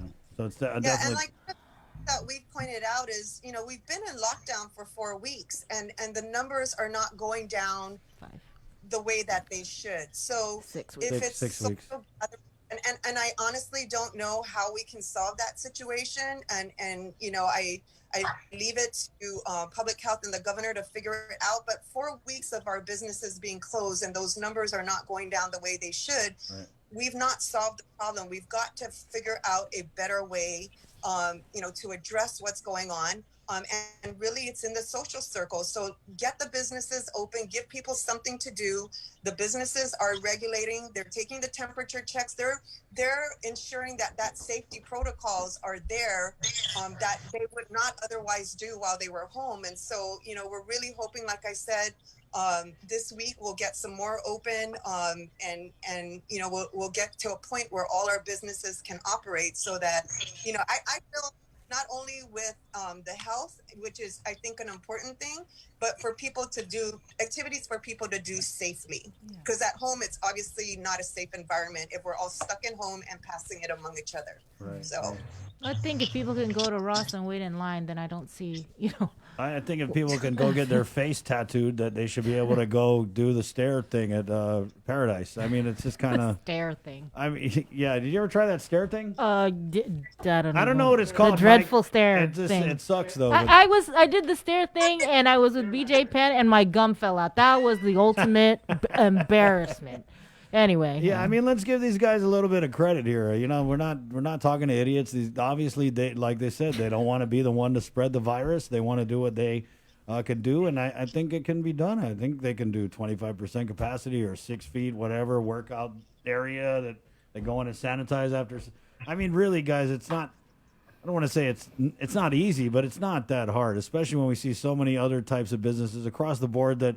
I mean, it just doesn't make sense that we can go get the dog can go get a mohawk or dreadlocks and a face tattoo, but you can't go work out. I don't know. And I want to thank you guys for joining us, Mike. Way to stay positive, Joe.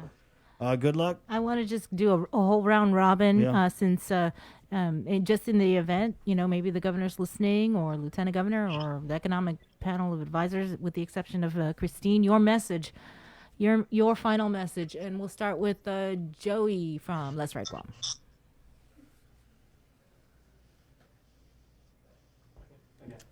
Go ahead, Joey. Final message. Oh, sorry about If that. you had a seat at the table, if you had a seat at the table. Right. Yeah. If you had a seat at the table. Okay. Thank you, everyone, for having me, and I just wish the best. And I applaud everyone that's going out and trying to get our businesses open. And prayers with everybody. And let's get through this together. Omar?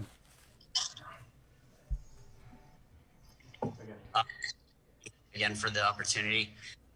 Final message is, man, for all of our leaders, including priests, man, open the churches, get the churches back open, and let's all start to really pray and really focus on what's right and what's good.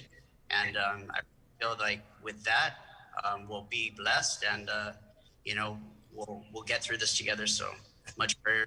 Please pray. He's got the rosary beat. Joe, go ahead, Joe. Joe's jet ski. Well, I guess if I had anything to say, first I do want to say thank you to the chamber. Christine, thank you guys for helping us. And of course, thank you to GBB for looking out for us as well. Let's get open, let's get active, and let's spur the economy. The government needs money, so let's earn money. We have the ability to earn money. Let's get out there and earn it, and at the same time protect our families. Keep anyone high risk safe. Mike Scrow, Paradise Fitness. Last word.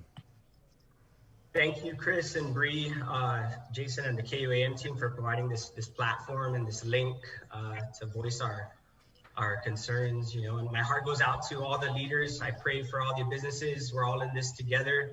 I recommend everyone to please download the Guam COVID Alert app. That's something that we're gonna make mandatory for all of our members prior to coming into the facility. You guys did the download-a-thon, and we live in this digital world, and we have to use technology and try to innovate and be proactive to beat this virus before it beats us. And download the app, guys, enable the Bluetooth, and let's just work together to revive this economy and keep our families and everyone safe. Thank you, Mike. Thanks, Mike. Thank you, Christine. Good luck on Thursday, Christine. No pressure, Christine. No pressure. Every day when I think of these businesses and their employees, and so we'll continue the fight, guys. Hopefully we'll have some good news this week. All right, there you go. Thanks, guys. Thanks, Thank Mike. you. Thanks, Stay Joe. safe. Thanks, Joey. Omar. Wash your hands. Okay, 9:24. Let's just go right back into the KUAM News Zoom room where we have from I Recycle Guam. Oh, we're going to stretch a little bit. All right, okay. And we'll bring on Peggy Denny. Good morning, Peggy. Her audio's connected. She's figuring out the audio.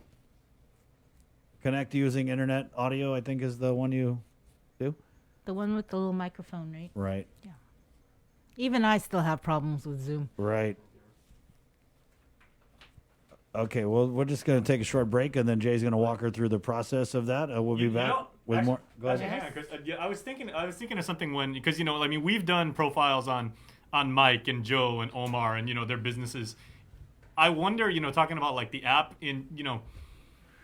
I wonder if certain businesses, and I go back to what Dr. Felix Cabrera said weeks ago and everything, and again, he said it kind of in jest, and he goes, I wonder if, running the app would be candidate for entry into businesses. I wonder if some businesses are going to be creative and they say, hey, if you're running the app, we'll make it worth your while. You get 10% off on something. Let's do it right now, Jay. We'll tell you what, if you guys are running the app, the Guam COVID Alert app right now, we will let you watch this show on Facebook Live at absolutely no charge. What a deal. We're doing our part. She's good. Okay, so we're good. Peggy? Good morning, Peggy. Oh, good morning. Yay, Peggy! Right on. I just feel like we needed a little ray of recycling sunshine It's this nice morning. it's nice to kind of see you guys. I know. How are you doing, Peggy? Are you still recycling? You betcha. All right. Because I have no events to recycle at and can't go out and give training or presentations, I'm focusing totally on working with the schools and cleaning out their bins and helping to fill them. And so I'm glad we're finally getting going on this, because you can help me promote throughout the public to please separate out their aluminum beverage cans and take them to the school of their choice. Wow. Because we have 48 schools participating in the iRecycle program, and I want to keep it going strong. Right. Peggy, so are people making more trash or less trash during this pandemic? Well, residential trash has increased. Commercial has decreased somewhat, and that's to be expected. I have noticed that there are a lot of metal cans. So I think that indicates that people are cooking more at home. There's also a lot of glass bottles, because I try to help people and some different entities with their recycling. Where are you guys? I can't even see any faces. Oh, that's a shame. You're not missing anything. I did my hair this morning. Can you see us now? Anyway, so that's the status. I really want to encourage people to separate out their aluminum cans, take them to a school. If you need help, you can call me and I will come pick them up and take them to the school of your choice. Wow. We just really need, because I know that a lot of aluminum beverage cans are ending up in the landfill. Peggy, go ahead. There was people talking about solid waste not picking up the recycling bins. What can you tell us about that? Well, there was a hiatus initially with the curbside recycling program. That was primarily due to the fact that Guahan Waste Control, they have the MRF, the Materials Recycling Facility.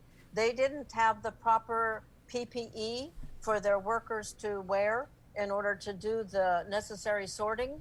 They also hadn't developed a scheme for implementing the social distancing as well.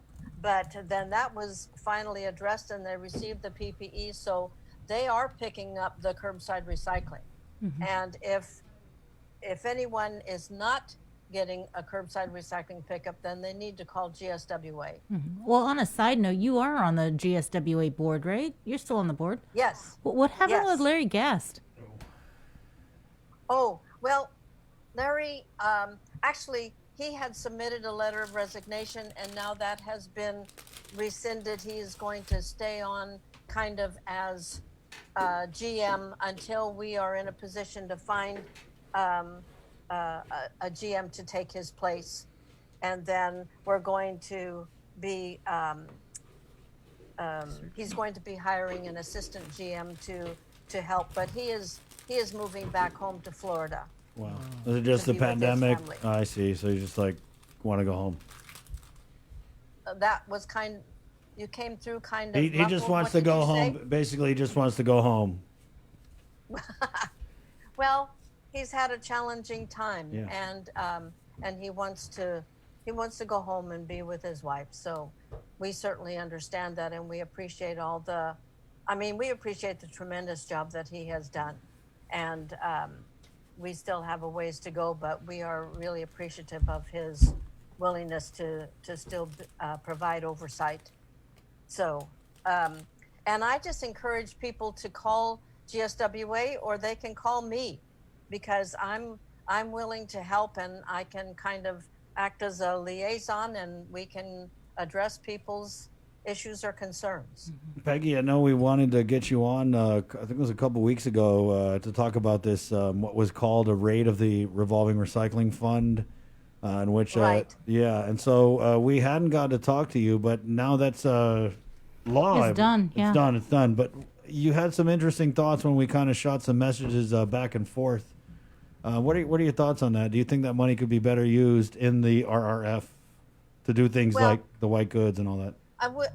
I would like to say that I think that we all have the same goal, and we are all striving to do appropriate waste diversion, reduce the waste that we're generating, and recycle as much as we possibly can. But recycling is really challenging right now for a variety of reasons. I am disappointed that some of the senators chose to reverse the protection of that revolving recycling fund. But like I said, we all have the same goal. I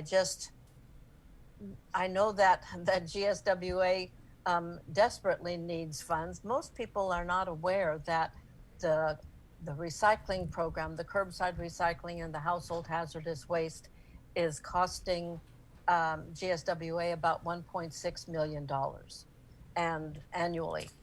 And that is not a cost that was initially anticipated when these programs were implemented by GBB. That was a different time when recycling was far more lucrative, and but now the costs are rather overwhelming, and GSWA definitely needs assistance and relief. We do not want to discontinue those programs, so we have to have some assistance. We need to figure out ways to cover our expenses. So that's where we stand, and that's where I stand. Right. So what do you think what do you think the impact is at the end of the day, taking that $500,000? What's it mean for the average person out there who has maybe an abandoned vehicle sitting outside, or 4 old refrigerators that need to get picked up? Yeah. Well, I mean, I can't explicitly say what the impact is going to be, but I do feel that if we had been able to maintain the control over the revolving recycling fund, or recycling revolving fund, that more of that money, those funds could go towards all those programs that really are fairly costly. The white goods and the abandoned vehicles, and just like I said, the curbside recycling and household hazardous waste. I mean, the household hazardous waste program is costing about $500,000 a year, and that's a pretty significant cost. Yeah.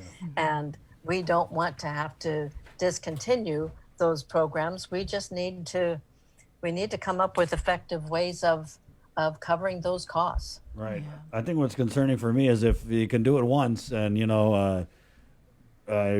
make light work of the controls that are supposed to protect that fund, I feel like it can be done again, and so that's probably my opinion. Unfortunately, I think it does set a precedent, and I am disappointed at the action that was taken, because I think that the legislature that established that fund, wanted to protect it, and so reversing that does set a precedent, and it's likely that other funds that were intended to be protected could then, be raided. Yeah, thank you. I know they're probably texting you right now, like, "What are you saying, Patty?" The men in the black van are pulling up. No. I mean, I certainly, I have always supported UOG, Right. and I think the G3 program is going to be very effective, but I do wish it had been handled in a little different way. Right. Yeah, they're going to be really Instead effective. of just, now oh, that by they the got- way, yeah. let me just slip this in here. I mean, who can be effective with $500,000, Peggy? Give me $500,000. You're going to get a recycling jingle. I'll do some skits. I'll do some videos.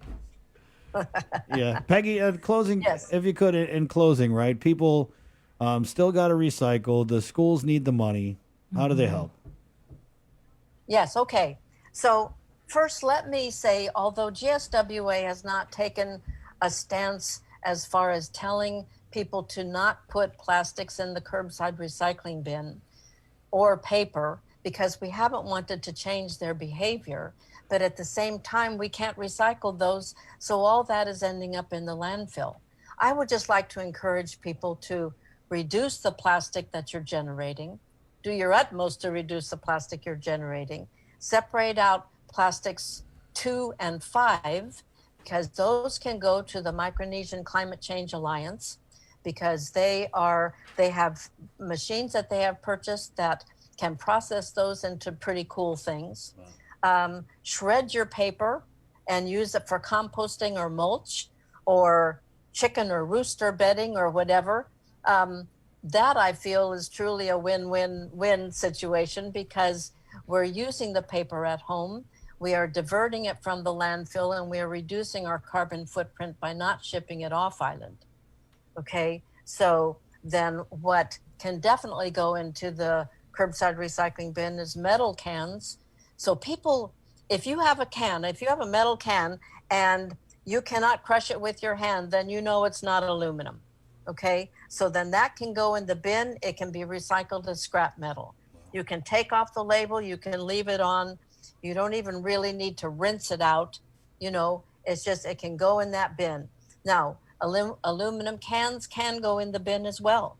But I just encourage people to support their schools, okay? And then cardboard. Cardboard can still be effectively recycled, and some of it goes to China and some of it goes to other sites in Asia. So those 3 things in particular. And I would just like to tell people that beginning sometime early in 2021, there is going to be glass recycling, because Guahan Waste Control has purchased a large glass pulverizer, and they are going to be producing sand, it's my understanding, sand and aggregate that can be used for a number of purposes, particularly as a component of aggregate in the base course for road construction. Yeah. So this is great news, because that glass will be diverted from the landfill. Nice. Is that already on island, the pulverizer? No, they're Not yet. expecting it before the end of the year. Right. That sounds cool, but I feel like you got to say it like the pulverizer. Yeah. Let me hear you say it like Yes, it's very oppressive, and depending on the types of screens, then they can produce different particle sizes for different uses. You will be pulverized. See, $500,000. That was probably like $100,000 right there. Peggy, thank you. Yeah, the glass pulverizer was significantly more than that. Right, It's yeah. like 300,000 at least. Nice. Peggy, it's so good to catch Yes. up with you and to see that you're still doing the damn thing. Oh, you bet. I will never stop. I found my passion and I love what I do. So I just encourage everyone. Yes. Right on. And you people, the public is, I'm more than welcome to take calls. People call me all the time about what do I do with this and what do I do with that. And they can call me. If they have a truckload of bags of cans, I am more than happy to come pick them up. You're also on You can social call- media, Peggy? I'm not myself a whole lot. I'm kind of more of a hands-on person, but iRecycle definitely has a Facebook page and Instagram. All right. So if anybody wants some dirty pics of Peggy, it's on iRecycle's Facebook page. No, not OnlyFans stuff, but only only recycling. I want to trashy pics. Yeah, we've known. Hi, Peggy. This is Jason. We've known Peggy a very, very long time, and we've had the good fortune of working with her on a bunch of different things. Something that Chris said earlier is like, oh, that call that comes in. Oh, tell the guys to come up in the black truck. Have you ever seen trying to get in between Peggy and doing the work that God put her on earth to do? Yeah. If someone tries to get between Peggy and recycling, I hope those guys in the black truck are ready for the fight of their lives, because my money's on Peggy. Nothing is going to stop her from doing her job. Especially if there's aluminum cans on the other side of that van. Peggy, thank you. Amen, brother. Thank you, Peggy. Thanks, Peggy. That's all right. okay. You all have a great day. You too. Peggy, Denny, I Recycle, Guam. Good catching up. 9:40. We'll take a short break, and we're coming. Great. Yeah, good job, Peggy. Did we get Jess or? No, I'll just get him. We'll get him tomorrow. Let's go ahead and move on with the unspoken, if we could. It's 9:40. We'll take a short break. Right here on the link, it's the Breeze 93.9. Good morning, Bree. We had a pizza thing, right? Yeah, Yeah. we did. Yeah. It's a new promo on KUAM. The link and our social media, KMD social media, and Uno. And we're going to be talking about that a little bit more. Nice. Later this week, because it officially launches in October. So we're going to be, I believe, giving away pizza. It's the Pepsi Pizza Report. Nice. We're really excited about it. This is going to be awesome. Yeah.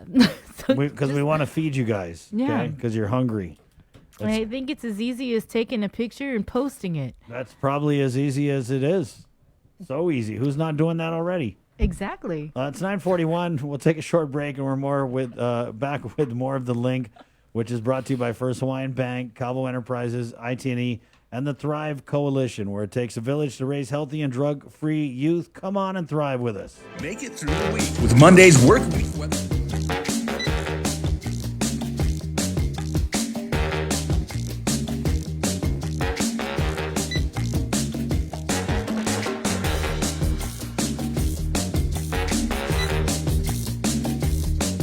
Your life moves quickly, so you need a card that keeps up with you.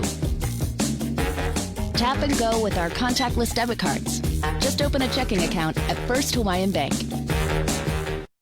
GU Self-Storage, conveniently located near the Harmon McDonald's. We offer affordable rates, online payments, and auto bill pay for your convenience. Plus gate access daily from 6 a.m. to 9 p.m. Call us today at 648-7867 for more information.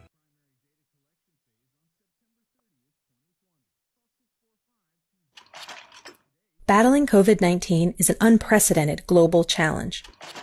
To get communities around the world back up and running as quickly and safely as possible, public health authorities are building smartphone apps to help with contact tracing. Contact tracing is one of the best ways to stop a virus from spreading. It can take thousands of disease investigators to alert everyone who's been in contact with people who've tested positive. But even if disease investigators do their jobs perfectly, alerting the people a COVID patient doesn't know or can't remember is incredibly difficult. Smartphone apps that public health authorities build can help people at risk of infection get notified much more quickly. But a contact tracing app works best when more people download it. And being asked to download an app without knowing how it will handle your personal information might cause people to worry about their privacy, and they may not feel safe participating. That's why engineers at Apple and Google have been working together to make public health technology that protects individual privacy, so that people never have to choose between their privacy and the health and safety of their community. You're probably wondering what that means and how that all works, and we're going to walk you through it in a second, but first let's be really clear about a couple things. First, apps using this system cannot track your location. And second, this system does not share your identity with Google, Apple, or other users. Here's how that works. For every phone that's opted in, our technology disguises your identity by generating a random sequence of numbers that change every few minutes. Then, using Bluetooth, anytime your phone detects another phone close by that's also opted in, the two exchange those random numbers. If in the future someone's positive for COVID-19, they can report that positive result in their app. Any phones that had exchanged random numbers in the last 14 days will receive a notification that they may have been exposed to COVID-19 without revealing their identity. Public health authorities can then help anyone at risk get testing and treatment. But it's up to all of us to help with contact tracing. Do your part and look for your public health authority app that uses this exposure notifications system. The more people who participate, the sooner we can beat COVID-19 and get our communities back on their feet.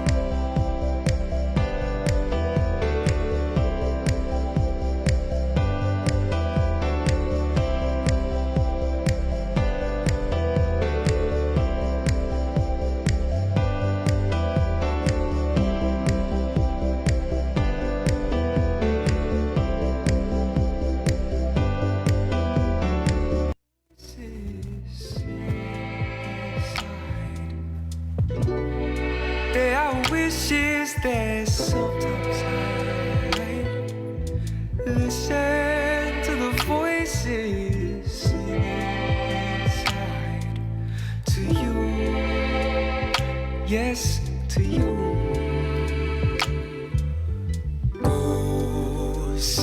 9:46. It's the Link on the Breeze, 93.9. Good morning. Let's go back to the KUAM News Zoom room where we're getting ready. You know how it is on premiere night as an actor.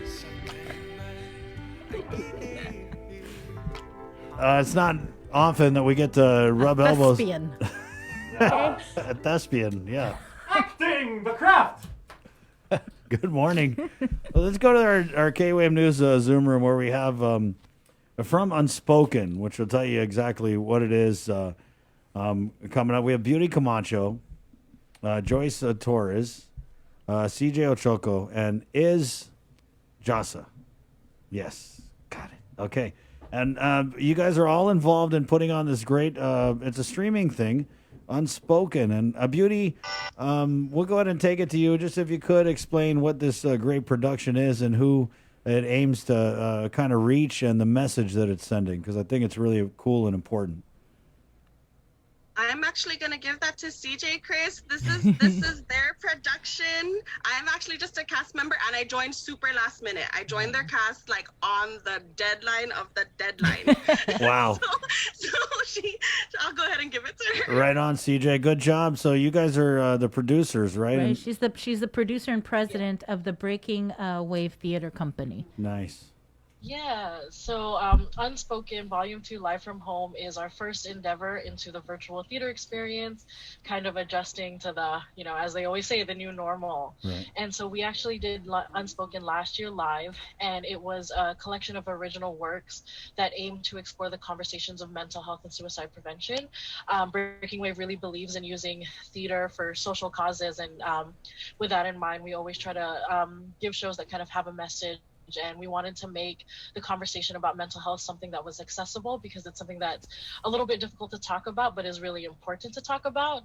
And so we did Unspoken last year, and we knew we wanted to do it again, but with the pandemic, we weren't sure if it was the right time.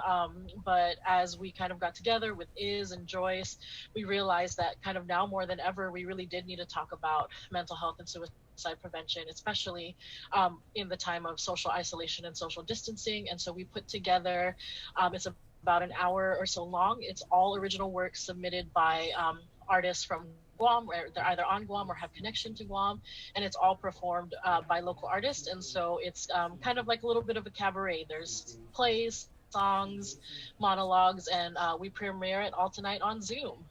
Nice. What a way to turn these lemons, these pandemic lemons, into lemon finadeni.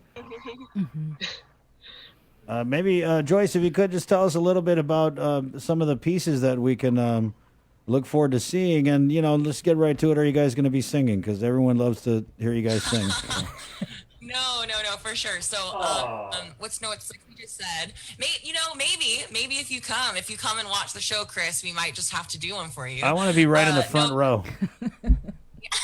The virtual front row. Right, We'll get right. you the popcorn, the bean bag. And you know what? I think that's what's really cool about this is you get to do it from the comfort of your home. And with a topic like this, right, it's a little, I feel like we get to get more intimate with the audience than ever before. So the pieces that we got to really kind of showcase, because it's pre-recorded and we got to do rehearsals and stuff like that live from home with Iz and myself with the cast members, you get to see a little more. And we also have like captioning up. So it's really accessible more now than ever before for us. But we have monologues. There is music that was done. I do a little bit of poetry for a piece that's in there. And there's a bunch of two-person scenes as well. And what's really interesting with pandemic living, right, and going through all of this, I think a lot of people are experiencing a heavy confrontation with their mental health, unlike before, right, with the pausing and having to be home. So a lot of those pieces kind of reflect that. What does that look like when you confront something that you kind of haven't really talked about before? And that's the beauty of the theatrical space. You kind of get to do it in a way where it's not so intrusive and an audience member can watch something for the first time. And being from Guam, I can relate seeing something on stage for the first time and being like, oh my goodness, I think that character is me. And specifically with mental health, I think there's a lot of moments where we're all gonna go, oh my goodness, I think that's either me or I definitely know someone that's going through that. And I'm not going to say it's going to be a fun time the entire time because it gets a little deep, but it's definitely relatable and necessary. Mm-hmm. Is for you, I actually saw your message on Facebook in promoting this production for this evening. And how much of this is a labor of love for you? It is a huge labor of love, not just from me, but from everybody who's involved in the team. I mean, I was here on island. I found myself on island, and I ended up reaching out to CJ and saying, I literally heard about Unspoken last year through a friend, and I saw how much of an impact that it had. And I suggested, why don't we do it this year? And why don't we make it something annual? Because mental health is something that it's not just a one and done deal. It's something that you have to keep on working on. It is a journey, and it is not something that you just say, boom, I'm okay, like everything's all right, And it is such a labor of love from us, in the team, and the people who you're going to see in the show tonight. And it is a labor of love from us to the rest of the community, because people who are going through a lot of mental health crises need to have that love for themselves too, to stand up for themselves and to stand up for others. One of the things that I love about this is that in terms of community, if one person stands up and if one person breaks the stigma, if one person starts talking about this, other people are going to step up. And I think that is the thing that is so important about this. Right. So it is a huge labor of love. And Beauty, let's take it over to you. Cast member and applied suicide intervention skills training trainer with Guam Behavioral Health and Wellness. So when we talk about suicide, it couldn't come at a better time, as we've seen some, numbers. I mean, so tragic, and really, I think, an indicator of how much we're all going through with this pandemic and trying to make sense of what it's like to just live nowadays. So with that training background and knowing the kind of show this is going to be and the message it's putting out there, how crucial is it for people who might be having those thoughts to watch this show and to see it? It's going to be very, very important. Just last night, I had somebody message me on Instagram saying, Buttes, I don't know what to do because this person, I love them, but I don't feel like I'm equipped to assist them right now. So I said, man, thank you so much for, messaging me and reaching out, because it's very brave. Some people have no idea what to do. And as an assist trainer, we go out and meet with the people who have signed up to better equip themselves on how to talk to people who are having suicidal ideation.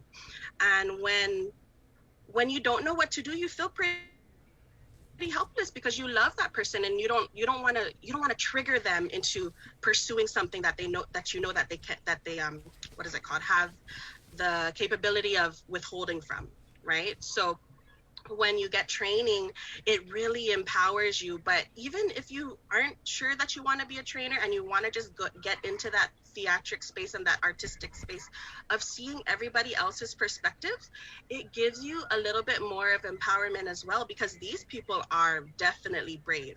When you look at the advertisement for Unspoken, you can see this semicolon there, the butterfly. Those are all very powerful marks of suicide. And September is Suicide Awareness Month, Prevention Month, as well as Recovery Month. And it's so important that those two go hand in hand, because when people have thoughts of suicide or even any type of depression, they think that they might have to cope with either drugs, alcohol, or any other types of addictions that they've probably seen other people get involved in to cope. But there are definitely healthier ways. And for everybody who's messaged me regarding like, hey, what's Unspoken about? I'm like, man, you need to just go ahead and try to sign up. And if you can make a donation, please make a donation, because what Breaking Wave Theater Company is doing is amazing. And actually my submission of a poem, it's about maybe about a minute or so of a poem. And I wrote that in high school. So it's something that's been, it's been in my mind for the longest time.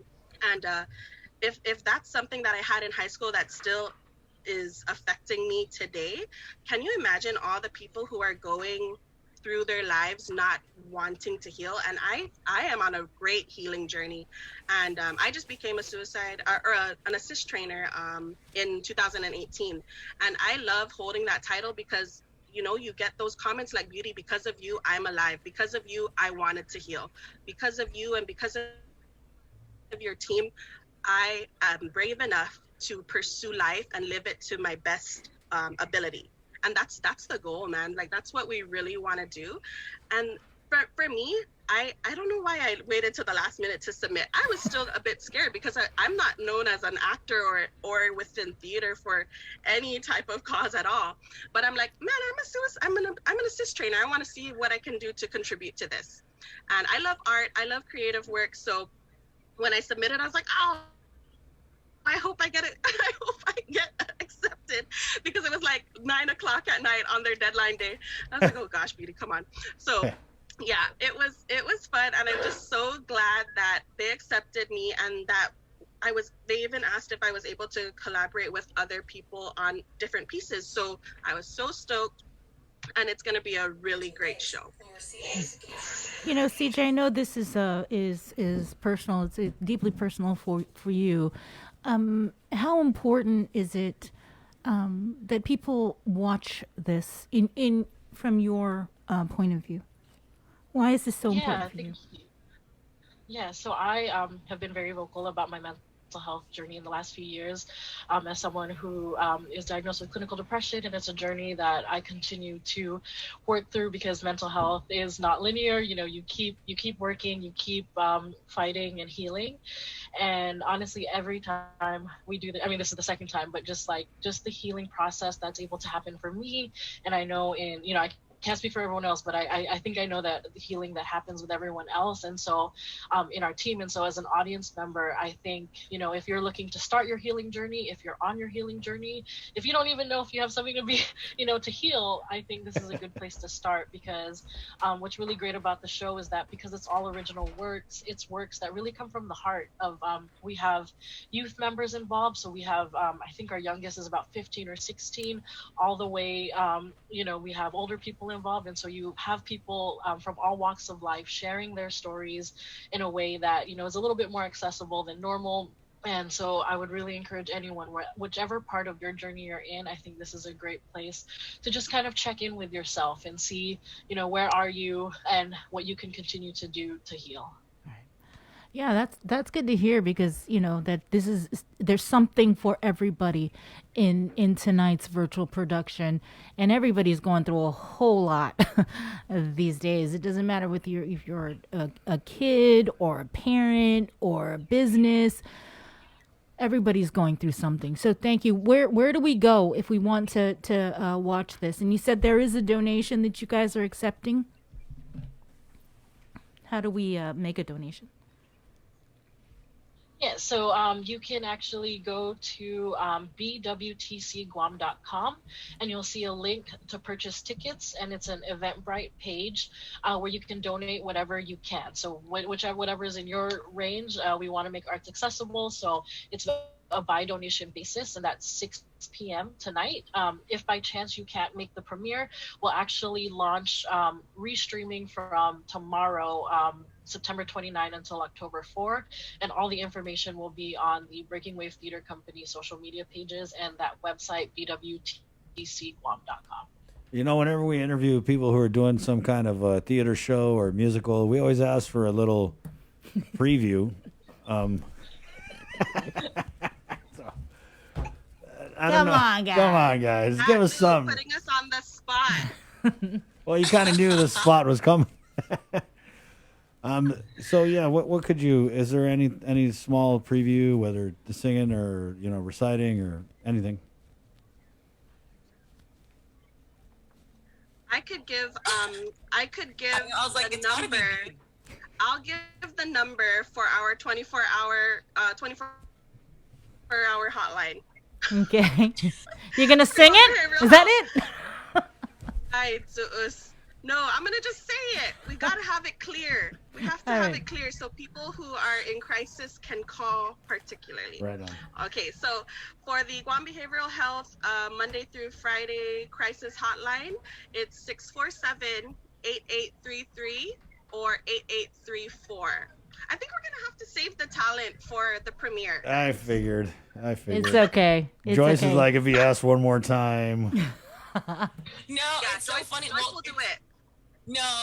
It's funny because Iz and I we're directing it, Right, so it's like right. normally we'd have pieces at the ready, but I Right. don't think we've actually thought about such forms. Right. This person would be Beauty. She's the talent in the Right. in the box Yeah, right now. Beauty She's here in the the hot talent. spot. Yeah. All right. Well, 647-8833 or 6. That's the number That to is. call. Yep. Definitely. There you go. Right on, Bree. Looks like we might get you in as a last minute addition. No, thank you. Well, you guys want people to watch, right? Yeah. Thank you guys so much. Of course. What time again? 6:30? 6 p.m. 6 p.m. There you go. All right. And you catch the premiere. It's a donation ticket thing. You go to Breaking Wave Theater. Yeah, bwtc.com. You can do a ticket there. It's by donation. Thank you so much for coming on and telling us about the show. I think it's great. I think the timing couldn't be more perfect. You talk about silver linings during this pandemic. I mean, it's almost like it's all lined up for you guys with this show coming at such a crucial time for just so many. So thank you, Beauty. Thank you, CJ, Joyce, Iz. Thank you so much. Thank you, guys. Break a Break leg. the leg. You beat me. I know. I was like, reaching for all my theater cliches right now. Exit stage left. Okay. Bye. How come no one ever exits stage right? Or do they? I don't know. My daughter, she's done theater, and she's done theater with a lot of them. And I'm the one who just waits in the background, just like while she's rehearsing. 10:03, Bree. A good show today. Some of the takeaways. Small businesses want to open. You heard from Christine Boletto. There may be an announcement, maybe not, Friday about other businesses that might be allowed to reopen, of course, with conditions. The Guam Memorial Hospital, the latest COVID census there, 27 COVID patients, 9 receiving ICU level of care, 7 of the 9 on ventilator support. And prayers and condolences to all the families that lost loved ones over the past several days due to COVID-19.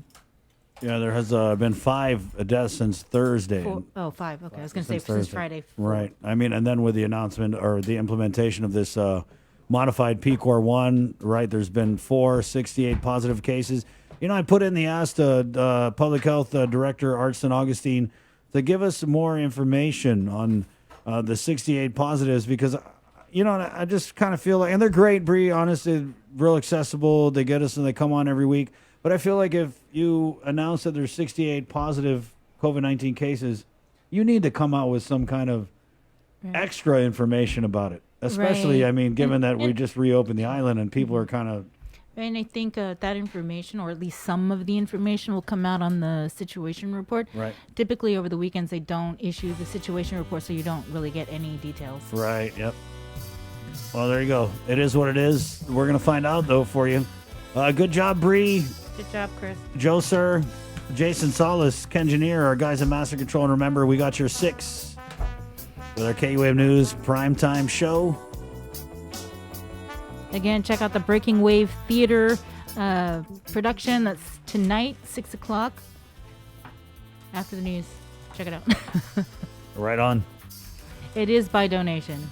And our show has proudly been brought to you by our friends at First Hawaiian Bank, Cabo Enterprises, IT&E, and the Thrive Coalition, where we're going to be talking about Red Ribbon Week tomorrow. A little different, obviously, during a pandemic. But listen in, it's going to be a great show. We've also got Lieutenant Governor Josh Tenorio. We've got Dave Sablon from ESGR who's coming on the show.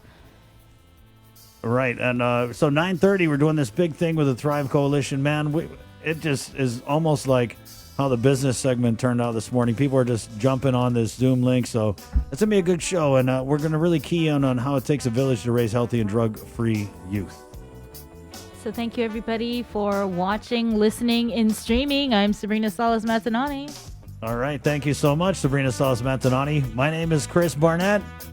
Thanks again, guys. It's 10:06 for KUAM FM and Gagnon, Guam. Está, adios. Bye.